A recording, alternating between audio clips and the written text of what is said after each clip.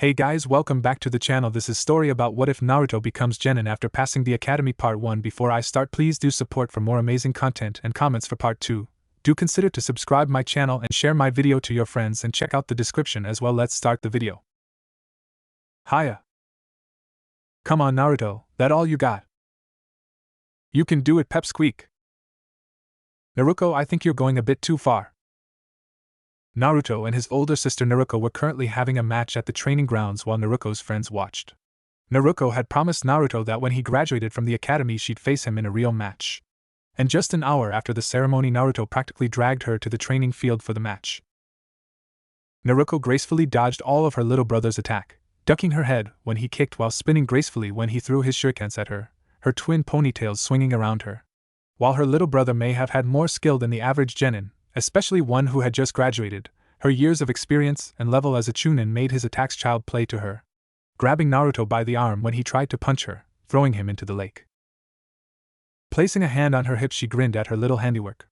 Naruko Namikaze Uzumaki was the firstborn daughter of Minato Namikaze and Kushina Uzumaki, currently at the rank of a chunin, well on her way to becoming a jonin, her headband wrapped securely around her neck.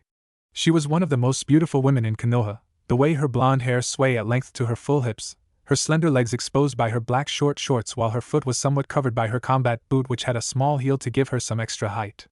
Her bright yellow and black jacket somehow able to contain the impressive bust she had beneath, a gift courtesy of her best friend Hinata. She was only 4 when the Kyuubi attacked 12 years ago. She didn't remember much of that night despite it also being the day Naruto was born. But when it was all over, the Leaf Village was thankfully still intact, and her family was still among the living. Her mother and father explained to her that she now had a great power inside of her, one that she would now need to control. Minato sealed the power of the Kyuubi inside of his daughter while the soul went inside of his son. It was the hardest decision he ever made, one he tried to make up for every day since then, wanting his family to have a normal life. Minato and Kushina helped to train Naruto to control the Kyuubi's power, and thanks to that training she was able to go up to 5 tails with control. And during that time she made friends. They grew up together, fought each other during the Chunin exams, risked their lives for each, and now they were berating her for being too rough on her brother. You didn't have to throw him that hard, Naruko, Sakura stated, hands on her hips as she looked at her squadmate. She and Naruko had been on the same team along with Sasuke under the supervision of Kakashi Hatake. While they didn't really get along at first, getting on each other's nerves a couple of times, they bonded during the years and developed a sort of sisterly relationship. While they had some rocky parts, especially when Sasuke was on the brink of going to Orochimaru, they were able to stop him and help him come back. Now the 3 of them were chunins, not going on many missions with each other anymore, and rarely as a full squad. Especially with Sasuke and Kakashi constantly out on mission, Sasuke always wanted Kakashi with him whenever he went out on a long and distance mission. Not knowing if he would encounter Orochimaru or his brother, he didn't know if meeting them would cause him to go back into the darkness, trusting Kakashi with keeping him in check. Next to her she also saw Ino give a look of disapproval. Come on Naruko, I know he's your little brother but you could at least let him land one punch. Oh come on, you'd be insulting the little guy if you held back, he's giving it his all. Kiba interjected. While he and Naruto always got in each other's faces when they saw each other, he always respected the little punk for his work. Yes, you both most give it your all, Lee screamed, making Neji and Tenen back away from him a bit. Oh don't worry, Naruto can take it. I told him to prepare himself for this battle and he told me that he could take what I could throw, Naruko stated as she turned to her friends. So you threw him? Shikamaru questioned, while looking at the lake waiting for Naruto to surface, noticing the multiple bubbles that were spread out around the water. Yes, Naruko stated with a proud smirk on her face. Well then I guess you'll have to throw more cause it looks like he ain't done yet, Shikamaru told her as the rest of the group looked at the water, all sensing the multiple chakra sources from it. Several Naruto jumped out of the water, throwing multiple shurikens and kunai at her which she dodged as they all landed and ran towards her to rush her. Get ready Nei-chan, cause here I come, the Narutos shouted as they ran towards her. Naruko had a playful grin on her mouth. Well then maybe you'll actually give me a challenge, she teased as she got into a battle stance. I still can't believe Naruto learned the multi-shadow clone jutsu, Hinata stated. She was Naruto's best friend, their positions in their respective clans making them get to know each other a lot. While Hinata was shy, Naruko's outgoing personality helped to break her out of her shell, at least a little bit. Heck, Naruko usually joked with her that if she was more comfortable with showing off her body she'd probably get as many admirers as Naruko did, especially since her were still a bit bigger than Naruko's, somewhat of a sore spot for her. They pretty much always got together when they had some free time, and Hinata usually spent a lot of time at her house, getting to know her family and becoming a bit of a sibling to Naruto as he grew up. So she was always a bit concerned with his safety. I know, how'd he even learn it? Ino asked as well, looking at Shikamaru, who just sighed knowing they were expecting him to answer for him. He was one of the Leaf's top strategists, working under his father, which put him close to the Hokage as well, so out of everyone in their group he knew what was going on behind the scenes the most. Well, apparently on a trip with Lord Third they stopped by the place which guarded the Forbidden Scroll. Some high-level ninja tried to take it. While Lord Third fended them off, he had Naruto run and take the scroll far away. One of the underlings followed him and Naruto said he opened the scroll to see if there was a jutsu he could use to defend himself with. Naruto says he's not sure how he learned it, but that he just remember it came naturally to him, learning it just in time to take out that underling. After that, he tired himself out, and the third took him back to Konoha. Shikamaru explained, as everyone listened to him before turning their attention back to the fight in front of them. Naruto was using the clones as much to his advantage as he could. As soon as Naruto deflected the attacks of one clone, another one would replace her. After taking out one of his clones, Naruto stated, trying to find an opening, huh? Smart, but I won't give you one. Placing her hands together, she formed a seal, readying a jutsu to end the battle for good, but just as she was about to cast it, she felt someone grab onto her back and unclasp her hands. Didn't expect this, huh, Ne-chan? One of the Narutos stated as he held onto her arms, pinning them between his as the rest of the clones jumped up ready to strike her all at once. I'm impressed, Naruto, surprised me there for a moment. Naruto praised him as the clones got closer before she turned her head to him and smirked, but I'm still better. Using her legs, Naruto spun around quickly, causing the Naruto on her back to lose his grip and fall off. Using this opportunity, Naruto clasped her hands together and used wind style to speed up her movements before jumping up and displaying all the clones with a single spinning kick. Landing down graceful, Naruto walked up to her defeated little brother, a proud smirk on her face as she bent down a bit. Nice try, little bro, but you still got a way to go, she stated. Ah, he was so close, Kiba stated disappointingly. I know, I actually thought he might land a punch, Ino added. It's not over yet, Neji stated, causing everyone to look at him questionable. But look at him, this battle's over, Sakura said, waving her arms at Naruto, who was on the ground with Naruto looking down at him. Just watch, Shikamaru responded, making everyone look at the battle again. You know, Ne-chan, I think you're still underestimating me, Naruto told her with his head down. Naruto raised an eyebrow at his remark. Oh really? Naruto then raised his head to look at her, simply stating yeah. He then quickly brought his hands together to a seal, and in a puff of smoke, he was gone. A clone, Naruto stated surprised. As the smoke from the clone disoriented her for a moment, Naruto felt the earth below her cracking. Looking down, she saw the earth rise up in pieces before something popped out, that something being Naruto. His hand in an uppercut, his knuckles bloodied, his fist was aimed at her chin. As the spectators looked surprised at the action, Naruto felt her blood rushing. Her mind kicking into autopilot, she moved her head to the side as his strike grazed the side of her face before bringing an elbow to his chest. The force strong enough for him to be thrown into the nearby tree before slumping down. Naruto! Naruto shouted in fear before she ran to him, the rest of the group also going over to see how hurt Naruto was. Sakura! Naruto pleaded as Sakura bent down at Naruto. I'm on it, Sakura stated as she opened her palms as they began to glow in light blue as she used her medical ninjutsu. My goodness, Naruto! What were you thinking? Ino shouted at the twin-tailed blonde. I don't know. He got me off guard and my instincts kicked in, and oh my goodness, Sakura, please tell me he's gonna be okay, Naruto asked worriedly, her eyes starting to water up in fear of possibly really hurting her little brother. Don't worry, you may have gone a bit overboard, but it looks like you didn't hurt him too bad, he just knocked out. He might be a bit sore when he wakes up, but other than that he should be fine as long as he gets some rest, Sakura assured her as she stood up and placed a hand on her teammate's shoulder to reassure her. Oh, thank goodness, Naruto replied, relieved that Naruto would be alright. You know that move he used looked just like how you beat Neji during the Chunin exams, Kiba stated as he crouched down to look at Naruto, his bloodied fist no longer bleeding from the cuts thanks to Sakura's healing. I know, he set it up so that you thought he was defeated, then used the shadow clone to disorient you before appearing. Smart, Neji said. The battle he and Naruto had at the exams was one that changed his life. She was able to set him on the right path, and he was grateful for it. Heck, it looks like it worked. Even if he caught you off guard, Naruto still was able to graze your cheek, Shikamaru added as he pointed to the injury.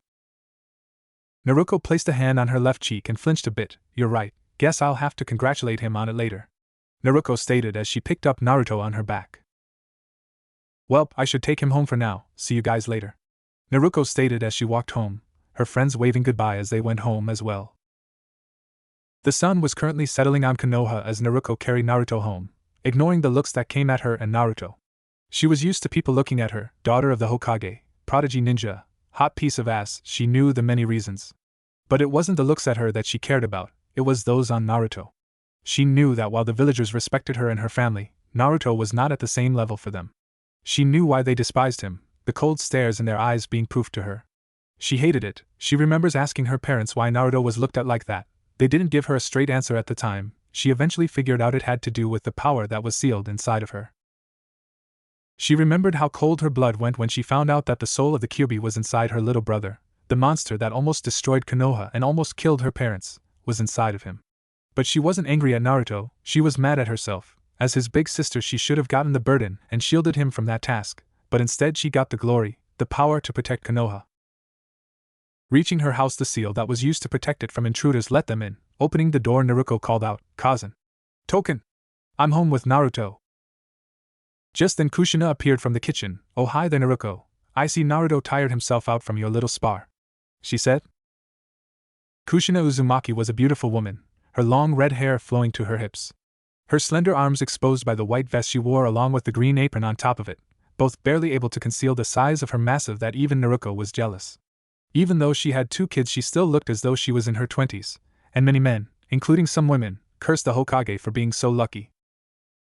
"Yeah, he really gave it his all during our match, surprised me," Naruto stated proudly as she began to walk upstairs. "I'm gonna go put him to bed. By the way, where Token?" she asked. "He's currently on some peace talks with some of the towns in the Land of Fire. He had to leave as soon as Naruto's graduation was over. He won't be back for a while, I'm afraid," Kushina stated as she went back to finish preparing dinner. "All right," Naruto replied as she carried Naruto to his room. Opening the door, she gently put him to bed, using a nifty little jutsu she learned to dry him off from any remaining water that was still soaked in his clothes before taking off his jacket, orange jumpsuit, and sandals, leaving him in his boxers and shirt. Leaning down, she gave him a little kiss on the forehead. "Night, little brother," giggling as she saw him smile in his sleep as she left the room to go and eat with her mother. Naruto woke up, but not in his room. Instead, he was surrounded by walls, giant walls, the floor covered in water that reached up to his shin, and a giant cage smack dab in the middle as the whole place was lit up by a dim light. Naruto could only give a groan as he got up. He knew where he was and was not looking forward to this. "What do you want?" Naruto called out to the large figure in the darkness. "Oh, what? Can't have my little carrier come and visit me," the distorted voice called out. "Not like you actually like me, so what the point?" Naruto asked. The figure then started to shrink, coming into the light as it said, "The point? The point is that I have to watch you get your ass beat by the one who's using my power." The distorted voice became much more feminine as Naruto watched the shape of the large fox become that of a woman. A beautiful woman more than a full head and a half, taller than him, her dark orange hair splitting off into 9 parts as the flowed down just above her above an orange tail as her furry ears stuck out on the sides of her head. She wore a red kimono that emphasized the curves she had, the top opening a bit to reveal part of her. Naruto always had to take a moment to collect himself whenever she entered that form, making her look disgusted at him as she snaked her arm through the cell and grabbed him by the collar, pulling him up towards her as she held him up from the ground. "Look, I get that you don't like me, but I don't get why you have to hate me," Naruto exclaimed as he tried to get out of her grip with little effort. "Doesn't change the fact I'm still impressed by you. Not only was I used, I lost my power. So while that sister of yours gets to use what is mine, I'm stuck inside of you, boy. Not to mention I have to deal with all those perverted thoughts in your head," the Kyuubi stated, her hatred for her warden evident in her tone. "Not my fault. Look, I'm sorry about your predicament, but I can't change it," Naruto said as he tried to apologize, a bit embarrassed that she called him out on his private thoughts. He was a growing boy. It wasn't his fault that a lot of the women he knew were bombshells, from his mom and sister to his sister's friends like Hinata and Ino, and to the Kyuubi herself when she was in this form. He wasn't that naive to not notice that. At least he hoped he wasn't most of the time. Even so, he tried his best not to stare. "Oh my god, there you go again. Do you know how degrading it is for me to feel you getting a boner for me?" she cried out as she dropped Naruto in disgust, who let out as he landed on his butt. Naruto only looked away sadly. "Look, I'm sorry, I just can't help it," Naruto didn't hate the Kyuubi, he could tell she suffered like him, and from how he spoke to him he could figure out the attack she committed 12 years ago wasn't her choice. He just never brought it up, not knowing how she might react. She could maybe read things like his emotions, but luckily some of his thoughts were still protected, at least he hoped, considering she never really seemed to react when he thought of it. The Kyuubi just sighed, feeling how genuine he was as she sat down next to him as the bars from the cage separated them. We both really got screwed over, huh? I'll never get my freedom again, and you'll always be looked at like a monster just cause you have me and you. Yeah, it sucks, Naruto replied, scooting a bit closer to her, both back to back against the bars before he added, but you still got it worse, and I know I can't really help make it better. The Kyuubi just chuckled at his remark. Not your fault. Look, I'm sorry for getting mad at you earlier. You're a good kid and I've been an asshole to you. It's okay, I know I'm not the smartest kid, or the most bright, or have the most pure thoughts, so I know it must suck for you to deal with me. Naruto apologized. Got that right, but you're growing, it happens. Besides, you should be more proud of yourself, you actually managed to get a hit on that sister of yours, she stated. Really? Naruto asked. He didn't actually know his attack hit. He assumed Naruto dodged it before it could land. Yeah, she was definitely surprised too, considering how she counterattacked, but she was worried for you, along with those friends of hers. Be thankful for that, many like you are not as lucky. She told him. She knew how difficult it was to be a Jinchuriki, and the way people treated them as less than human always made her hatred for humanity grow. Yeah, I know why people don't like me, but the love from my family is enough for me. By the way, I never really did get to thank you for helping learn the Shadow Clone Jutsu, Naruto told her. Don't mention it, I always hated those cloud ninjas, so seeing a kid like you beat one to a pulp was a nice treat, but don't think this little talk is gonna make me get all buddy-buddy with you, she stated as she got up, making Naruto look at her before she added, and get your damn hormones under control. It's bad enough when you're near your sister or me, not to mention when you're with that Hyuga girl. Naruto was about to retort at her remark, but the snap of a finger, and he was enveloped in darkness, sleep finally overtaking his mind. It was a bright morning in Konoha as the sun rose over the village, but that also meant an alarm clock would begin to ring in a certain blonde's room. Asterisk ding, asterisk ding, asterisk ding. Ugh. Naruto got up from his bed to turn off the alarm, which was at the other side of the room. As much as he hated doing this, he placed the clock somewhere he couldn't reach from his bed to help motivate him to get out of bed. While he also enjoyed staying in bed a bit longer when he could, he didn't want to risk it becoming a routine. Going to the bathroom, he brushed his teeth and took a short shower, his sore muscles from his fight yesterday becoming more relaxed from the warm water. After he was done, he went downstairs to get breakfast, the smell of cooking making him realize he was in for a treat. But still, he couldn't help but hold his breath for what he saw. As Naruto came out of the kitchen carrying plates of food, her current attire was a sight for the eyes. She was still in her sleeping clothes, but they didn't really cover much, as the big white shirt she wore had a neckline big enough for the top of one of her shoulder to be exposed along with it, along with part of her which showed she wasn't wearing a bra, plus the loose shorts she wore exposed much of her legs. The sight was always a lot for him to take in, but luckily with them living together he's seen her in many other types of clothing as well, and he was somewhat used to it. Morning, Naruto. As your reward for doing such a good job against me yesterday, I cooked your favorites. You're welcome, Naruto said as she placed his food in front of him before giving him a quick peck on his forehead, inadvertently showing off some more cleavage to him, making him blush a bit. Oh, thanks, Nei-chan, Naruto replied as he decided the best course of action would be to dig into his food. You missed dinner last night as well, so I made sure to make you extra, Naruto told him as she sat down to eat her own food. Oh, by the way, Naruto, sorry for knocking you out yesterday, Naruto apologized with a sincere look, making Naruto pause his eating as he looked at her. Giving her a goofy smile, he replied, Don't worry about. I told you not to hold back. Besides, the fact that I made you do it shows how strong I am. Naruto just gave a chuckle from his optimism. Well, that's a good way to look at it. Just then Kushina appeared from her room, wearing her dark red nightgown which exposed much of slender arms along with ending just at her mid-thighs, her large pushing out the fabric as she sat down and ate breakfast with him. Morning, you too.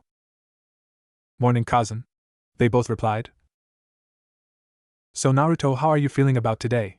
You'll get to meet your sensei, Kushina asked. I'm excited. I wonder who's it gonna be, not to mention who my teammates are gonna be. I know Dad makes teams based on how compatible people are with each other, Naruto said, making Naruto give a chuckle. PFF, if Dad made teams like that, there was no way my team would have been made.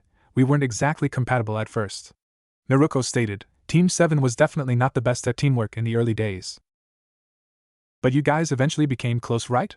Naruto retorted. He remembered seeing Naruto return from her missions frustrated when she first became a genin, ridiculing her teammates. But then after a while, he started seeing her start to praise them and have them over at the house to talk.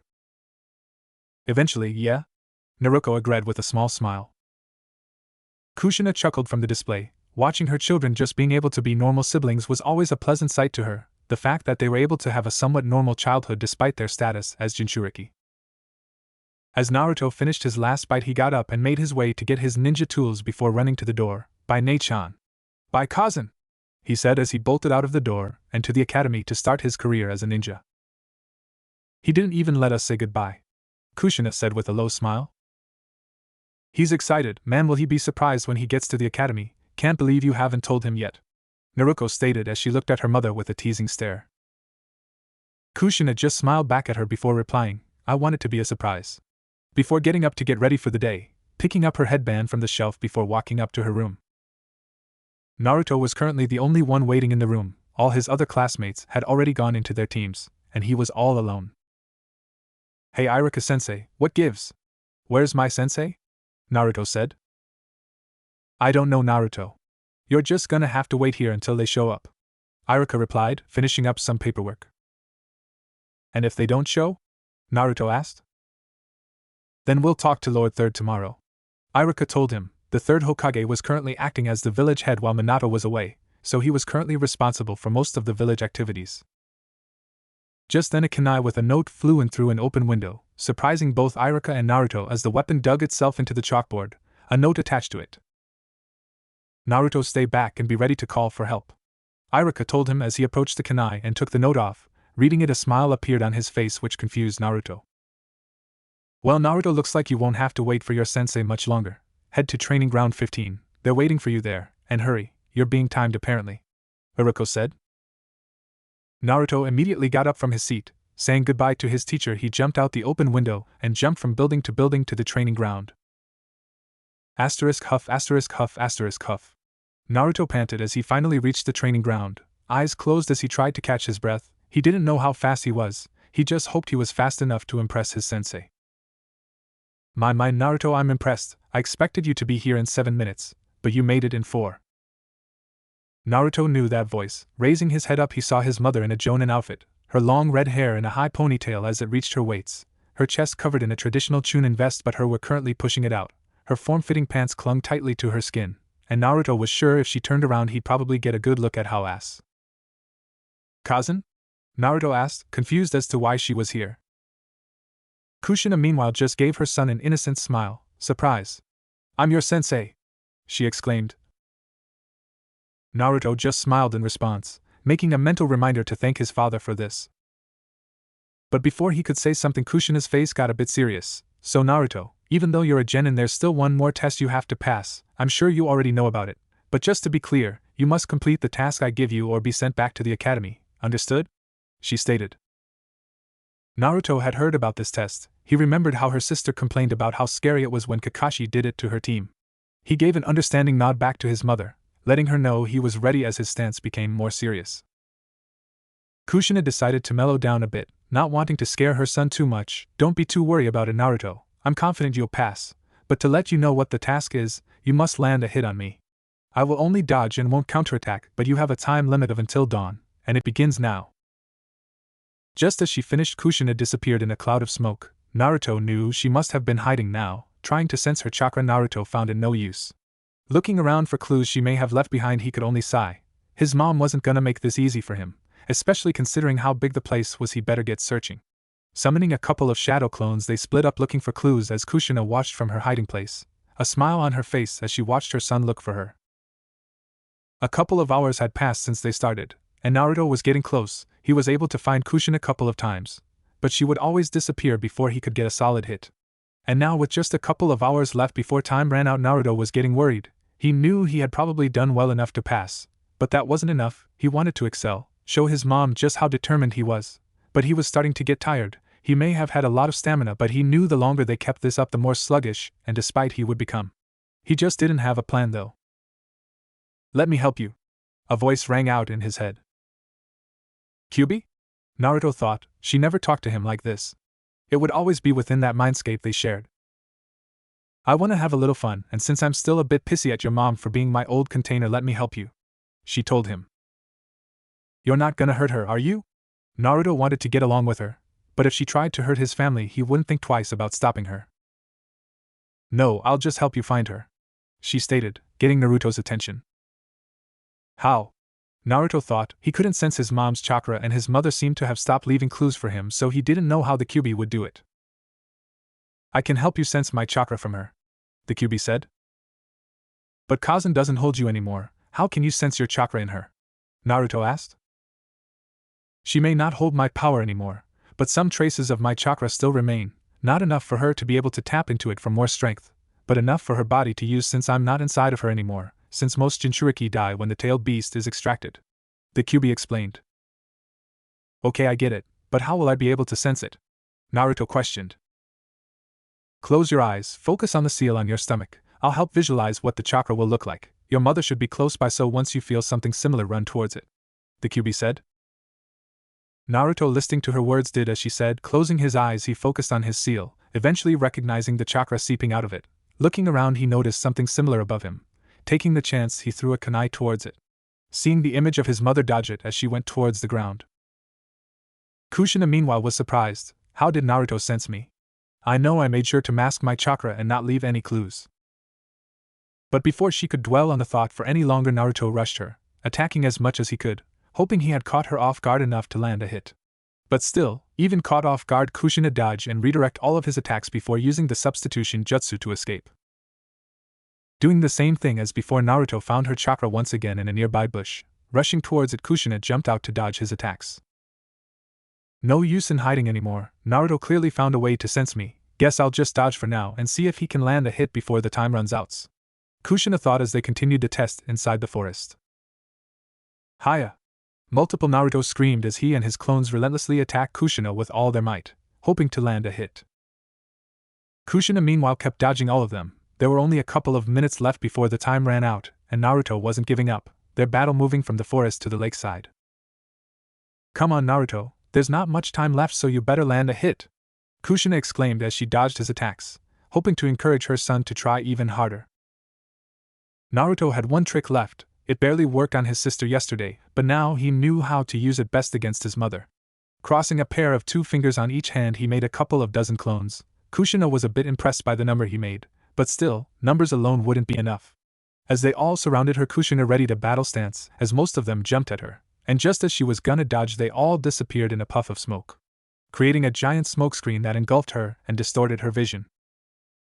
So this is how he landed a hit on Naruto. Not only can I not see him, with all of those clones released, their chakra is still in the air, so I can't make out any individual form of him, Kushina thought as she prepared herself. Just then she saw the smoke around her move. A couple of Narutos appeared around her at all angles, but just as they were about to hit her at once, she jumped in the air and grabbed onto them to move herself through the air.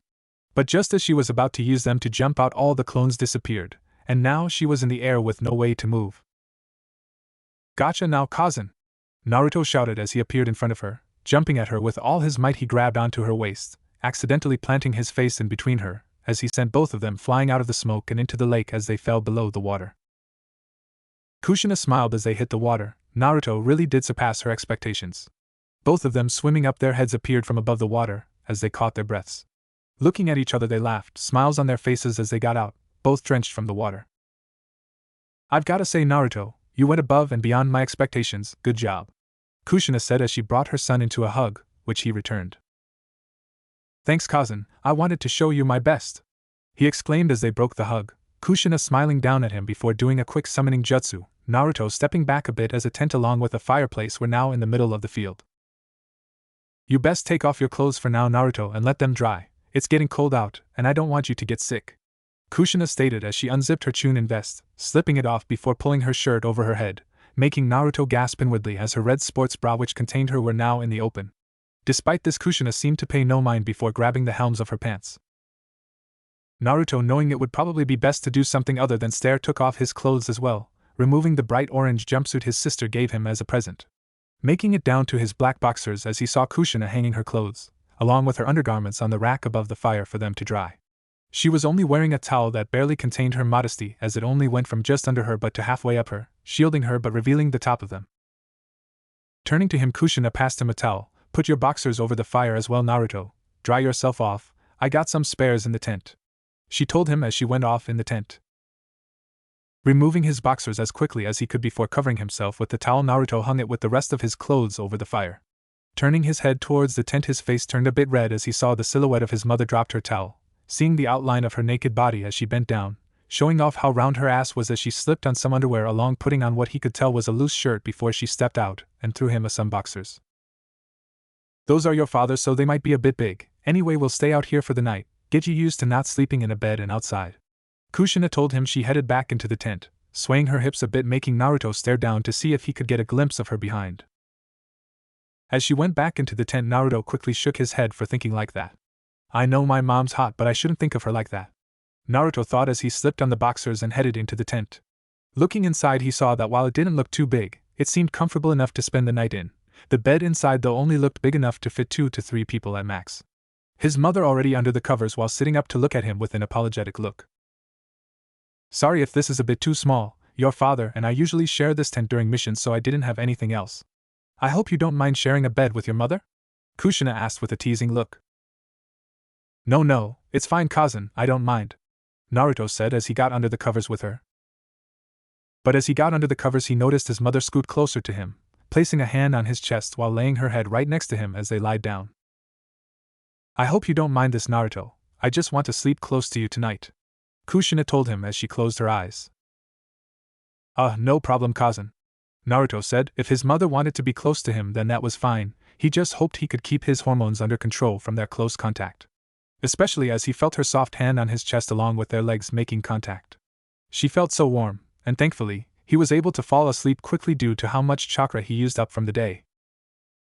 Night, Naruto, Kushina said, smiling as she felt Naruto already asleep. She really did need to reward Minato for granting her this gift. Kushina was the first to awaken, her time as a shinobi helping her to wake up early for the day, though her years as a housewife made getting up a bit sluggish. As she came to her sense, she realized just how comfortable she had gotten with Naruto last night.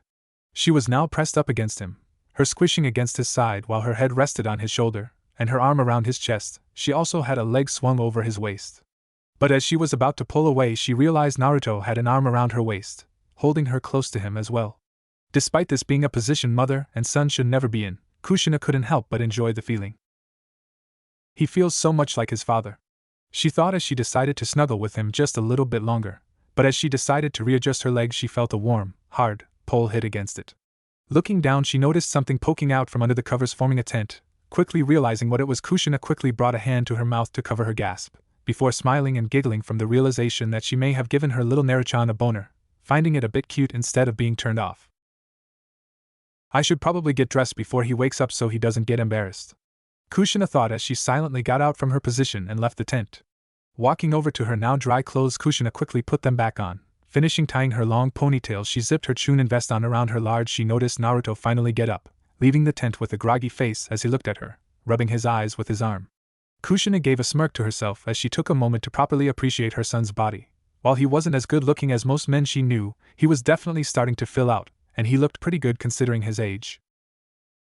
My little Naruto is gonna be quite the hit with the ladies when he grows up, she thought. Placing a hand on her hip, she said, Morning, Naruto. Your clothes are all finished drying, so just put them on and head back to the house. I'm gonna go report to the third about you passing. Take care. Waving goodbye as she disappeared using the body flicker technique, Naruto deciding to do as he was told as he got into his clothes and walked back to the house. Arriving at the outside of the Hokage door, Kushina gave a knock. Come in. She heard an old voice come from the other side. She opened the door and saw Lord Third currently organizing some of the paper he had on the desk. You know, if I didn't know better, I would say that Minato planned his trip to the peace talk to happen during the Genin graduation so he didn't have to deal with all this paperwork, he playfully told her. Giving a light chuckle in response, Kushina apologized for her husband. Sorry about that, Lord Third. I'll make sure to give him a scolding when he comes back. Smiling at her, Hiruzen just waved off the playful suggestion. Don't worry, I'm sure he'll regret it soon enough, especially with the Chunin exams coming up in a couple of months. Now with that look on your face, I assume Naruto passed? Kushina's smile became brighter as she closed her eyes and said yep, and with flying colors as well. At his current skill level, I'd say he's already qualified to take the Chunin exams. Haha, well, we'll just have to wait and see. But considering he's now a proper ninja now, I assume I should send you both off on your first mission, And I assume a standard D rank would be 2 beneath you both? Hiruzen asked. Please no, I don't want my first mission as a sensei to be helping move some boxes or chasing some animal. Something out of the village would be great, especially something that could help test his skill level without my help, Kushina said, making Hiruzen ponder his options. Clicking his tongue, Hiruzen went to the desk and picked up a scroll, reading it before he said, well, there might be something like that, though if I'm being honest, this is probably a B-rank mission at least. Raising her eyebrows, Kushina got curious about what the mission could be. And why is that, Lord Third? She asked. I have some information that should be delivered to Minato in that scroll, but most of the high-up shinobi are currently spread out, and I can't leave the Leaf's defense too thin. So you and Naruto could bring it to him, though it would still be a bit risky, considering it's possible you could both draw attention to yourself from your status. And considering where the peace talks are taking place, it could be possible to run into him, Hiruzen stated. Orochimaru, what's his current status? Kushina asked. Quite, he's been inactive so far as from what we can tell, but our current intel suggestion that he's not in the area. Hiruzen explained about his former student before turning to the red-haired Jonin with a serious expression. Knowing this, do you believe you and Naruto could handle the mission? He asked.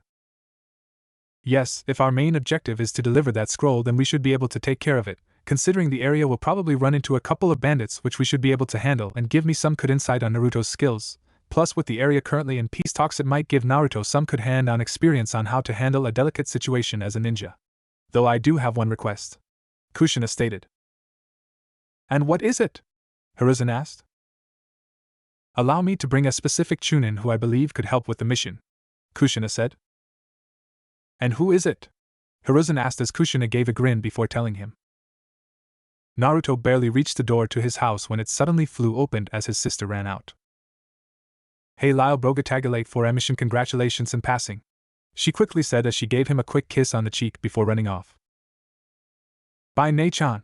Good luck, he shouted, even though she probably was far enough for his voice to no longer reach her. Still, it felt nice to say it out loud.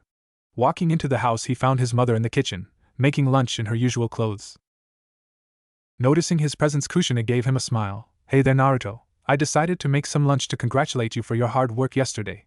I know it's no Ichiraku ramen, but I hope you'll enjoy it, she said as she placed the food on the table. Sitting down, Naruto just gave his mother a toothy smile. It's okay Kassen, your cooking's always great, he said as he dug into his food. Well, enjoy it cause you're gonna need that energy. We're going on our first mission in a couple of hours, Kushina stated as she started to dig into her own food as well. Stopping his eating, he tried to talk but his mouth was full, making Kushina sigh at his poor table manners. Swallow before you talk, she flatly told him, hearing him slurp down what he had in his mouth. I asked what type of mission would it be, Naruto stated, excited as to what it could be. I'll explain it later, but it isn't some lame D-rank mission, Kushina told him as Naruto let out a sigh of relief. Now finish your food and get packing. Make sure to pack what you'll need cause this mission could last a couple of days. We'll meet at the village gate in 3 hours, Kushina said as she finished her meal, getting up to pack her stuff fast as Naruto continued his meal. Naruto was walking towards the village gate, ignoring the stares from the villagers he got as he was the giant structure come closer into sight. Walking closer, he noticed his mother at the gate, along with Hinata. Walking up to the two of them, Naruto had a confused look on his face as he looked up at his mother, and Hinata, who gave him a friendly wave which he returned. But before he could ask about why she was here, Kushina spoke. Now that we're all here, I'll explain the mission. We are to deliver a scroll containing important documents. The route we'll be taking should be mostly desolate, and take only 2 to 3 days to reach, Kushina explained.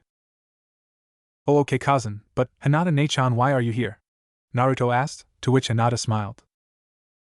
I'm here to act as the sensory ninja, she stated as Kushina nodded. The area to which we'll deliver the scroll may be desolated but isn't in the most stable conditions. It's possible we'll run into some bandits, and if unlucky enough, rogue ninja. Hinata here will use her Byakugan to scout the area, she explained. Naruto nodded in understanding as Kushina exclaimed, let's go, as they all ran out of the village and jumped into the forest. It had been a couple of hours since the trio started their journey. Kushina and Hinata couldn't go as fast and use the tree branches to jump as they normally would have, as Naruto, while definitely had stamina, didn't have the training or experience needed to keep up with them, as they ran along the route at a pace they could follow. Noticing the sun was starting to set, Kushina slowed down and signaled her team to as well.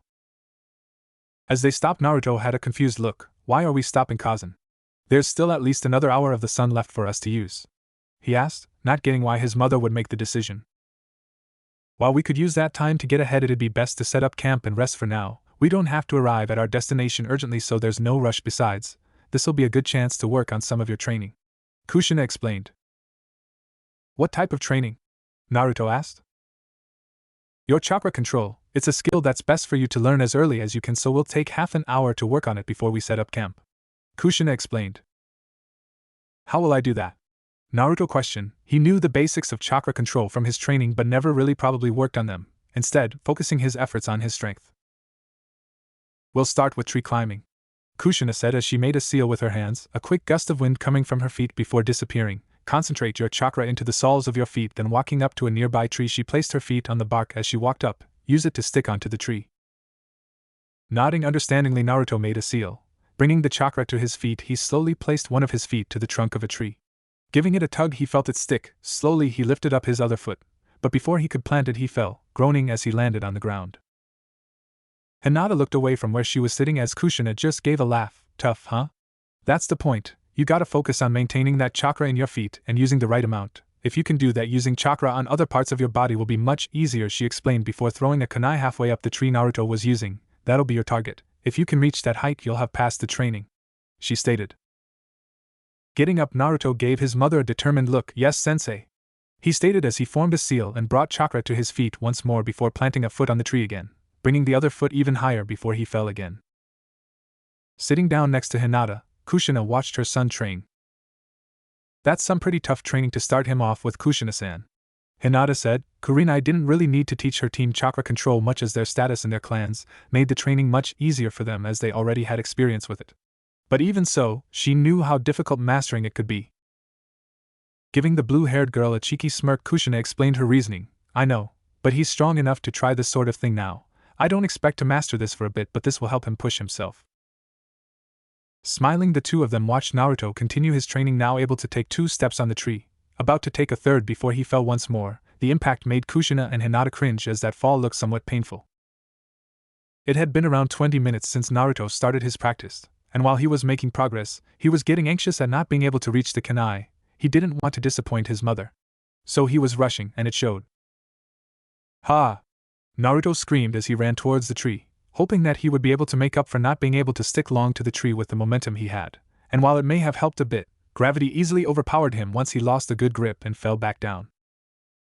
Kushina could only sigh at her student. She knew that this might be a problem while teaching him, that he could get too frustrated and not focus, and as much as she wanted to help, he had to overcome that problem on his own.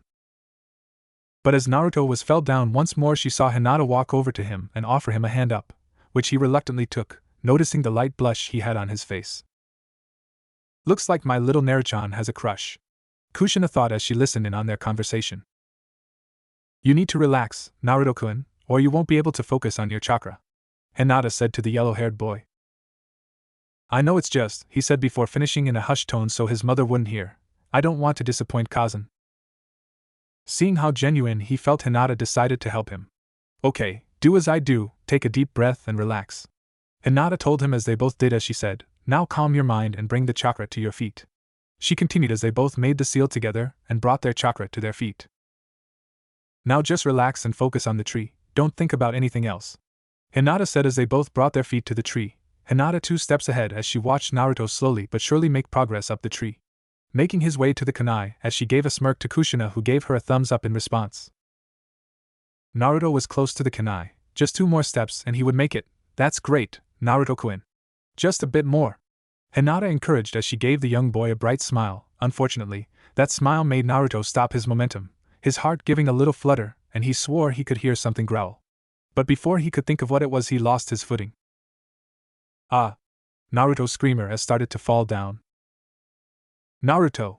Hinata explained as she stretched her hand out to the young boy to take, which he did, unfortunately also pulling him down with her as they both fell to the ground. Ugh! Naruto groaned as he regained his bearings, but as he tried to get up he felt something weigh him down. Pushing his hand up, he felt it press into something soft. Not knowing what it was, he gave the object a squeeze. Ah, Naruto-kun!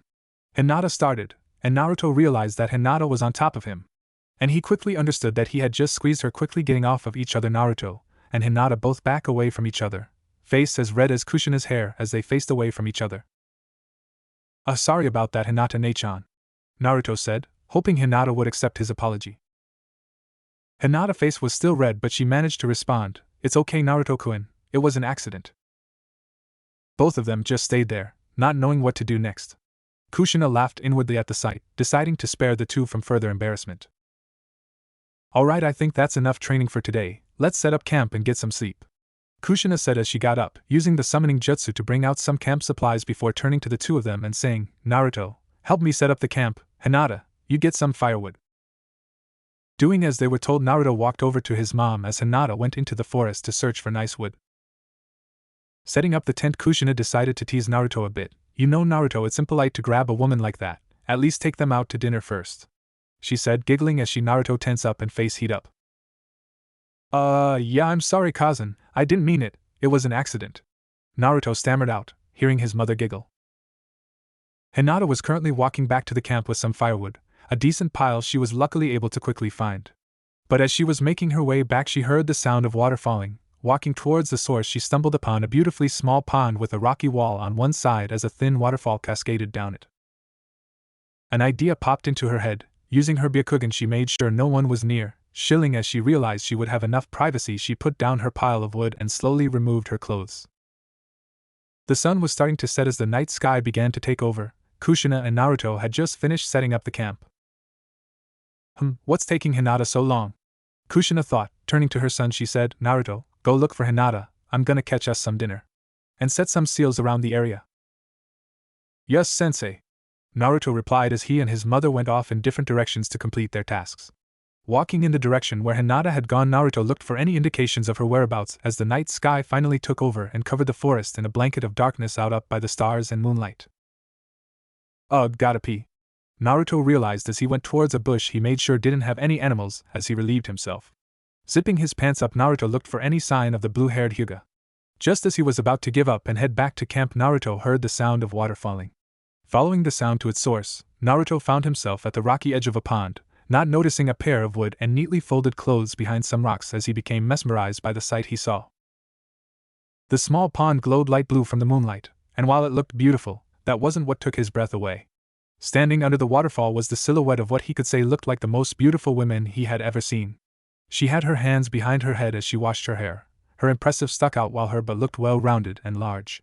But then she spun under the waterfall as she moved out of it, create for a moment what appeared to be a light blue sphere around her as her body spun beautifully before stopping. Naruto had to talk to this person. Walking from his spot, he stepped on the rocks, not noticing how slippery they were as he called out to the women, "Hey! Excuse me," he began before he slipped on the rock and fell into the water, not noticing the women quickly disappearing. Getting up, Naruto looked around for the person. "Hey, hello? You there?" He called out but got no response. "Maybe I just imagined it," he said as he left the pond. Behind a nearby tree, Hinata breathed out heavily, hand to her chest as she thought, "Gods, that was close," before quickly drying herself off and heading back to camp. Kushina entered the campsite with the corpse of a red fox. It wasn't much, but it could last them for the night. As she set the animal down, she saw Hinata return with some firewood. "Hey there, Hinata, set that wood down here. Where's Naruto? I set him to look for you," Kushina stated to the blue-haired girl. Hinata turned bright red in response. She stammered out, confusing the red-haired Jonin. But before Kushina could ask more, Naruto showed up from the forest, and his clothes were a bit wet. Hands on her hips, Kushina gave her son a confused look. "Naruto? What happened to you?" she asked. "So cousin, I was looking for Hinata and then I found this pond and under it was some," Naruto began to explain, trying to find the right word to describe who he saw. "Somewhat?" Kushina questioned, curious as to what he saw. "A goddess," Naruto finished, feeling that was the best word to use. "A goddess?" Kushina wondered, but then she heard the sound of wood being dropped. Looking at Hinata, Kushina noticed how tense up she was, and she also saw that her hair was a bit wet. "Oh." Kushina though as she realized who this goddess was, but she needed to know if Naruto had figured it out. "Did you speak to this goddess?" she asked, to which Naruto just shook his head in disappointment. "I tried, but then I slipped on some rocks and fell into the pond, and when I looked up she was gone," Naruto explained, disappointed clearly on his face. Taking a look back at Hinata, she saw her face red. Thankfully he seems not to know. If they both knew what happened they wouldn't be able to look each other in the face. Plus, since Hinata's still somewhat shy, I wouldn't want one of her better relationships to be damaged. She was always close with Naruto, and if he doesn't know it was her, she will probably be able to get over the embarrassment. Kushina thought. Well then, let's get to cooking. And Naruto, go put on some dry clothes. Kushina said. The sooner they moved away from that subject and focus on something else, the better. It had been a couple of hours since the trio went to sleep, and Naruto quietly got up from his sleeping bag, making sure as to not disturb the two other women in the tent as he made his way outside. Man, those early morning alarms really helped. Naruto thought as he prepared for the day. He had decided to wake up a little earlier to work on his chakra control. But he needed some help. Focusing his mind, he tried calling out to the Kyuubi. He was never able to go to that landscape in his mind by himself, but with the way she seemed to be warming up to him, he hoped she would answer his call. What? A voice rang out in his head, Naruto smirking to himself that she answered her call. Can you please help me with my chakra control? Naruto asked, trying to give the best pleading sound he could to a thought. Why would you need my help? Don't you have that Hyuga girl to help? The Kyuubi questioned, and for some reason Naruto felt like he heard a ting of jealousy in her voice but decided to ignore it. You helped me learn the multi-shadow clone jutsu, so I thought maybe you could help with this, he told her. I helped you learn that jutsu cause it was beneficial to me as well at the time. What do I get from this? Helping my container get stronger doesn't seem great to me, the Kyuubi replied with an annoyed tone. Well, I guess if you look at it like that, but, Naruto began to say. But what? The Kyuubi questioned. Deciding it was best to say how he felt, Naruto hoped that his words would have the desired effect. I had hoped it might help us get to know each other. As much as I don't want you to hate me and be free to live your life, I don't want to die from letting you go and risk something bad happening, and it might help us bond. We'll probably be together for most of my life. And I don't think any of us are gonna enjoy that experience by just being grumpy with each other. So let's try and help each other out and be friends. Naruto explained, but all he got was a silent reply, nothing, feeling defeated that he may have pushed things a bit too far with the nine-tailed fox. Just as he was about to give up on her help and train by himself, he got a reply. Fine. The voice simply said in his head, and Naruto could barely contain the smile on his face. Kushina gave a yawn as she awoke, Hinata getting up with her. Looking around the tent, the two of them noticed Naruto wasn't inside with them. Both of them walked outside to look for him, Kushina starting to get a bit worried not knowing where her son was. Hinata, Kushina said, Hinata getting what she meant immediately and activated her Byakugan, before turning her head towards the tree in front of them. Following her movements, Kushina looked at the top of the tree and saw Naruto on top of it. Morning, cousin! Morning, Hinata ne-chan!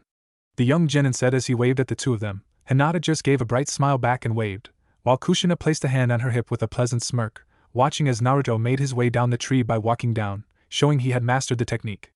Walking up to them, Naruto had his hands behind his head, a bright smile on his face. So? He asked his mother, wanting to know how she thought of his progress. Kushina just smiled at her son, pulling him into a tight hug, accidentally pushing him into her, but she didn't really care. I'm proud of you, my little student, good job, she told him, ruffling his hair a bit as he pulled away, embarrassed like any kid would be when a parent got too affectionate with their child in front of other people. The three of them now preparing for the day as they went to get breakfast ready.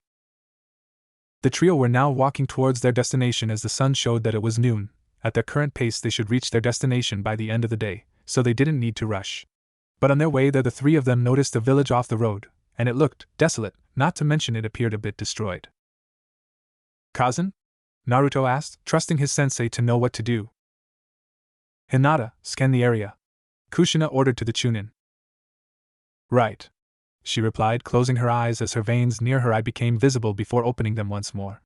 I don't sense anyone, it appears abandoned, though it looks like there was some fight. The center of the village appears to be a bit destroyed, Hinata explained, deactivating her Kekkei Genkai. Thinking of the situation, Kushina decided it would be best to check the area. We'll enter the village and survey the area, stay close to each other and make sure not to set off any potential traps. We don't know what may have happened here. Yes, sensei. Yes, Kushina-san. The trio made their way to the village, looking for any clues of what may have happened. The three of them could only feel some sort of dread cover the area. Whatever happened here was recent. But as Kushina reached the center of the town, she noticed the crater situated in the area. Taking a closer look, she saw a trail coming out of it, a snake-like trail. No, quickly panicking, Kushina turned to her Naruto and Hinata. We need to get out of here now. Hinata, carry Naruto and get back on the route at full speed, she ordered. Got it. Hinata replied, grabbing the young Genin by the waist before he had a chance to question what was going on, jumping on the rooftops back towards the route with him in tow. Normally she would have been a bit embarrassed carrying someone like this, but from the tone in Kushina's voice Hinata knew she had to ignore them. Tailing behind them, Kushina hoped for the best. Please don't let him be here. I don't know if I can protect Naruto and Hinata from him, she thought, but as they were almost at the edge of town she noticed two figures in the distance, one of them extend their arms. Take cover! Kushina exclaimed. The three of them landed behind a house to take cover, but as they looked up the sky was covered in cover by snakes, and they were diving at them. Stepping in front of them, Hinata brought a hand to her head level and made a seal, activating her Byakugan as she screamed protective 8 trigrams 64 palms. Naruto could barely make out the movements of her arms as they moved faster than he could see, threads of chakra coming out from her hand as it surrounded them in a spherical blue aura. Keep that barrier up, Kushina stated as Hinata nodded in response. Kushina pulled a scroll out her pouch. Unclasping it, she smeared some blood on the seal it had on the inside, a sword now appearing in her hand as she got into a stance ready to swing it. When I say now, drop it and cover Naruto, Kushina said. Right, Hinata replied. Now, Kushina exclaimed as Hinata stopped her movements and dived towards Naruto, covering him with her body. Kushina coated her blade in chakra before giving it a quick swing towards the snakes, cutting them down in an instant as their sliced bodies fell around them. Naruto barely knew how to react to the situation. He could tell that this was serious, but he had never seen a real battle like this up close. He could feel that if one thing went wrong, they would die. My, impressive, though I don't think I could expect less from the wife of the Hokage and the former heiress of the Hyuga clan. A voice eerily rang out, focusing their attention to the source. Naruto saw a very pale-looking man, the area around his goldish stilted eyes coated in some purple marking while he had a thick purple rope belt tied in a large knot behind his back. Next to him stood a young man with onyx eyes covered by black-rimmed circular glasses while his hair ash-gray. Orochimaru, Kushina stated, causing Naruto to gain a shocked expression at knowing who their attacker was. Hee. The man simply sounded out, and Naruto started to regret not getting a D-rank mission as his mother and Orochimaru stared each other down, ready to battle. Kushina gave a strong face as she looked up at her enemies, shielding her two teammates from his gaze. This isn't good, I'm still a bit rusty, and I don't know what he's been up to. He could have new techniques we aren't aware of, and I don't know if I can protect those two from both of them. Kushina thought, quickly thinking of ways to deal with the situation before landing on her best option at the moment. Still looking up at her enemies, Kushina spoke to Naruto and Hinata. You two need to get out of here as fast as you can and go to our destination. Tell the people there of the situation, I'll hold them off. Both of them were shocked at their captain's plan. But Kazan, Kushina-san, they both began to say before the Jonin cut them off. Don't argue, listen to what I say. I can't protect you both from him and fight at the same time, Kushina stated. But Naruto couldn't accept it. Kazan, I won't leave you. What would Dad and Naruto say if I left? Naruto insisted. Don't argue with me, Naruto. They'll understand. Turning her head to him, Kushina gave him a bright smile. Don't worry, I'll be fine. And when this is all over, we'll get some ramen together, okay? She reassured. Naruto felt his face scrunched up. As much as he hated it, he had to follow his mother's orders. You better be right, Naruto shouted as he began to run away from the area, Hinata about to follow before Kushina spoke to her. Hinata, protect Naruto, she simply asked. Got it, Hinata reassured her before running off at Naruto. After they were out of view, Kushina looked up to face her opponents, assuming a battle stance. My, we can't let them just get away. You'll all make marvelous test subjects, Orochimaru sneered before turning to his companion Kabuto. I'll capture them at once, Lord Orochimaru, Kabuto declared before he jumped from his position towards the two fleeing ninja. Oh no, you won't, Kushina exclaimed as she jumped towards him, ready to swing her blade, but just as she was about to, she felt her momentum stop. Looking behind her, she saw her leg was wrapped around by some snakes who trailed down to Orochimaru's arm. Waving his finger teasingly at her, he said, "Aha, I'm your opponent." Kushina gritted her teeth. She wouldn't be able to help her team, hoping they could protect themselves as she cut the snakes up around her leg before rushing at the legendary Sannin. Hinata finally caught up to Naruto as they ran towards the edge of the town. Hinata was impressed by his speed as he jumped from building to building. She may have been able to easily keep pace, but he was fast for a genin. As she got closer, she saw the concern on his face. Don't worry, your mom is a strong shinobi, she'll be fine. We have to make sure we escape and get help, Hinata reassured him. I know, it's just, I may not know much about that guy, but if there's one person I don't want anybody I care for to face, it's him. I've heard about how awful he is. Naruto stated. He may not have known much, but he remembered learning about how Orochimaru planned to sabotage the Chunin exams a couple of years ago, and how his sister's team faced him in the forest of death. He remembers how shaken up she looked when she came home. Luckily his father, and some others were able to drive him out before he was able to unleash his full-scale attack on the village, though he did remember hearing something about some giant monster battle involving a toad and some sand-like tanuki outside the village. Hinata gave him a solemn look as they were almost at the edge of the town, but just as they were about to make it out they heard the sound of wood snapping behind them. Turning around they saw Kabuto chasing them. Assume the gentle fist stance, Hinata shouted, 8 trigrams vacuum palm. Extending her open palm, a gust of wind blowing towards Kabuto's direction, which he dodged before running up at the Hyuga, his hands covered in a coat of chakra as he jabbed at her. Ugh! Hinata grunted as she barely dodged the attack, standing in front of Naruto to protect him. Readjusting his glasses, Kabuto looked at the girl. Long time no see, Hinata, you've changed. Hinata just took a step back, making sure Naruto was more guarded against the enemy in front of them. I have nothing to say to you, she stated. Remember how Kabuto tricked her and all of the other Leaf members during the Chunin exams? Kabuto proceeded to give a light sigh as he said in a mocking tone, I guess talking is no good. Oh, what a shame, though we'll have all the time to reminisce on lost time when we capture you both. His gaze landing on Naruto, who could only give a shiver as he pulled a kunai out and assumed a battle stance, giving the best display of courage he could. You won't lay a finger on him, Hinata declared, her stance becoming fiercer. We'll see about that, Kabuto said as he and Hinata rushed towards each other. Naruto watched the battle unfold in front of him. Both of their hands had covered in chakra. They each jabbed at each other, barely dodging or deflecting each other's attack, a quick blue mist enveloping the area of attacks before being blown away by the other blows. Each of them knew that one hit from the other could end the battle. Hinata's gentle fist could block his chakra points or Kabuto's chakra scalpels severing her muscles. But as they continued to evade each other's attack, Kabuto could tell Hinata was getting tired, not to mention she was more focused on making sure he didn't get near Naruto instead of protecting herself. And just then Hinata made a mistake. She tried to kick him.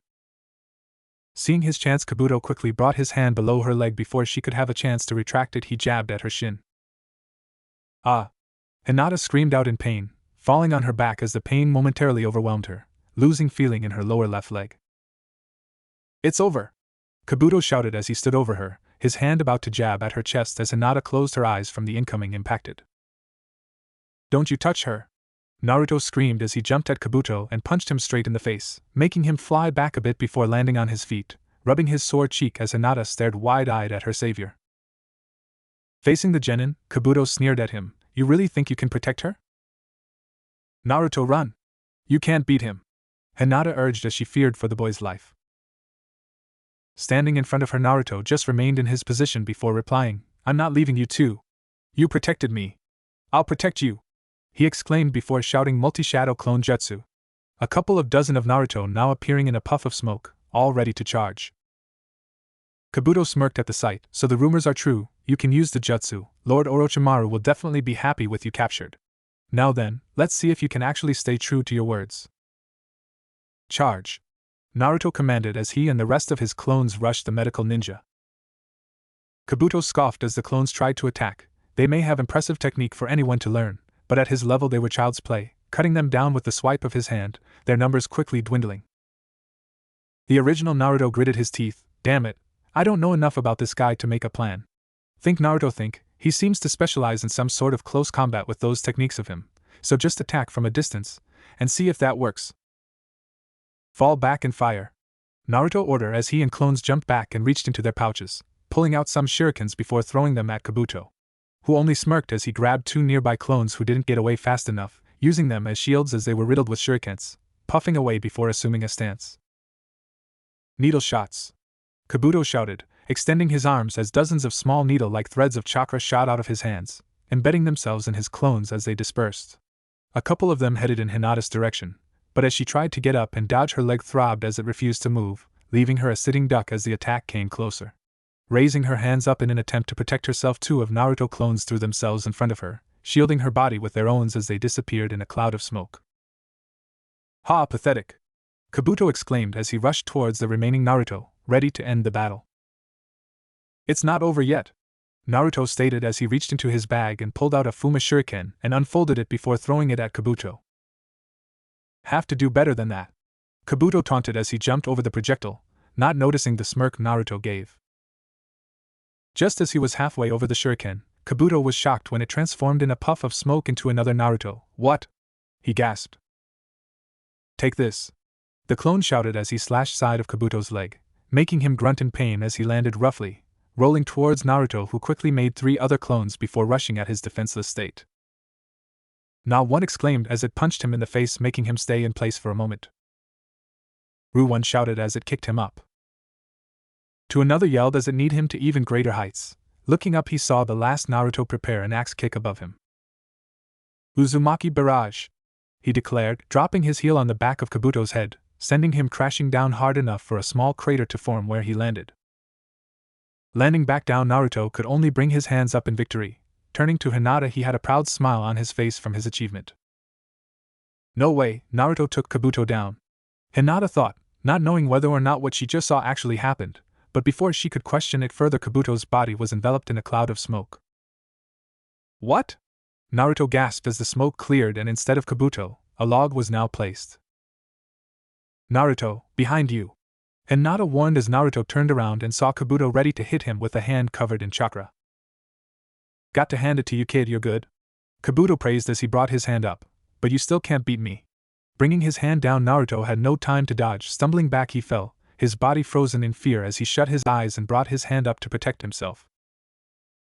But he didn't feel the attack hit. Opening his eyes, he saw Hinata on top of him, her body shielding him as she looked down at him, blood dripping out of her mouth as Kabuto had his hand pierced through her back.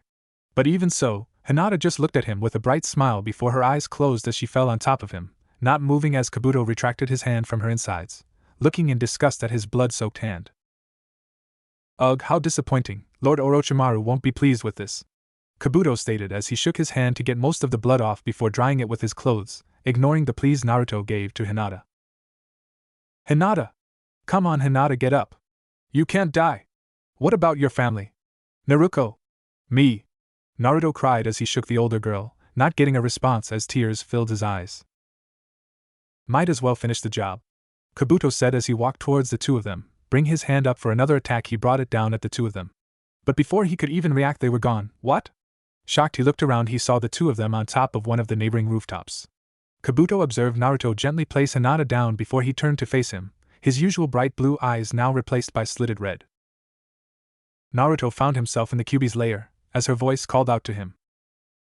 Boy, come here, she said as she transformed into her human-like state.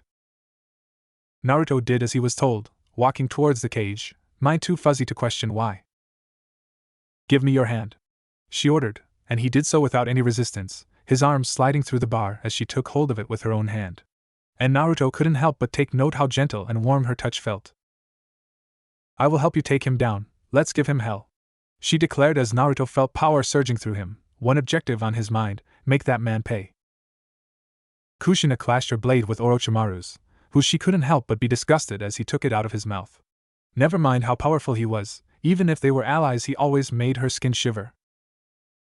Cutting up some snakes that surrounded her, Kushina became worried. He's either toying with me or has something planned, cause he's not showing his full power. But before she could dwell on it any further, the two of them momentarily forgot about their battle as they each felt a bone-chilling wind blow past them as a malicious chakra was felt.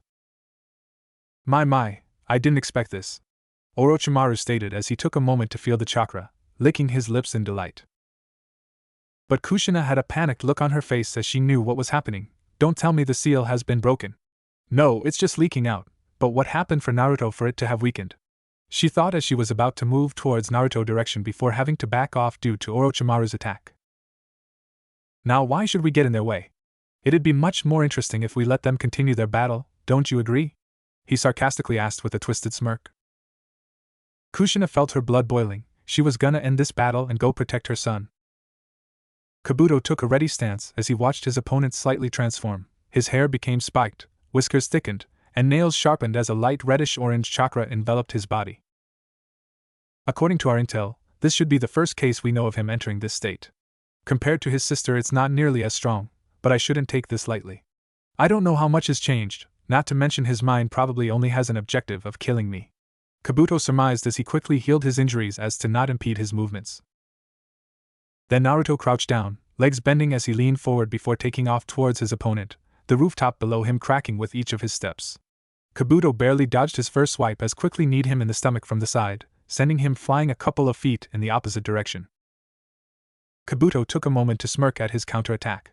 He realized that while Naruto's physical abilities may have increased, his movements were simple and predictable.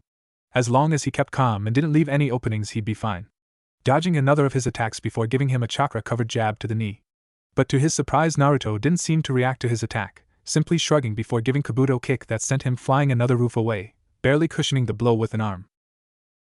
So when he's in that state, my attacks don't have an effect, Kabuto thought, but then he noticed the Jinchuriki have a slight limp in his leg, mostly ignoring it but still there. No, my attacks do have an effect, they just aren't immediate. I just have to wear him down a bit, and it'll eventually leave an opening big enough for me to finish it. Now having a plan, Kabuto and Naruto rushed into battle. In order to execute his plan, Kabuto had to get in close and take some hits, his body becoming riddled with cuts. But for every scratch Naruto landed, Kabuto returned with a chakra-covered jab to some part of his body. But after one of hits, Naruto reacted much faster than Kabuto predicted, giving him a particularly deep cut across his stomach before giving him a powerful kick which sent him flying into the side of a house, creating a crater on the wall where he hit as he laid on the ground, coughing up some blood as he tried to get up fast enough. But then he saw Naruto begin to rush him, clearly intending to slam him with everything he had. Shit, can't get up in time. But just as he was almost on top of him, Naruto suddenly lost his momentum, his leg giving way as all of Kabuto's attacks finally caught up to him, making him crash into the ground as his red chakra dispersed, leaving him defenseless. Kabuto gave a sigh of relief as he closed up his wounds, making sure to have a mental note of cleaning them up more properly soon as he walked over to the passed-out Genin. You may not be able to move, but I can't take any chances, he stated as he was about to strike Naruto. Chidori. Kabuto barely dodged the attack. Jumping away, a black-haired man now stood over the boy defensively, his hand enveloped in lighting as he stared at Kabuto with red eyes. Sasuke, I didn't expect to see here, Kabuto stated, talking to buy time for his wounds to heal more. Same here, but when Kakashi and I felt some familiar chakra sources in the area, we rushed over here. Now why don't you just surrender? Sasuke declared as he took his long blade with his right hand, ready to cut down Kabuto if he attacked. Unfortunately, I'll have to decline. See you another time, Kabuto said as he leaped away back towards Orochimaru.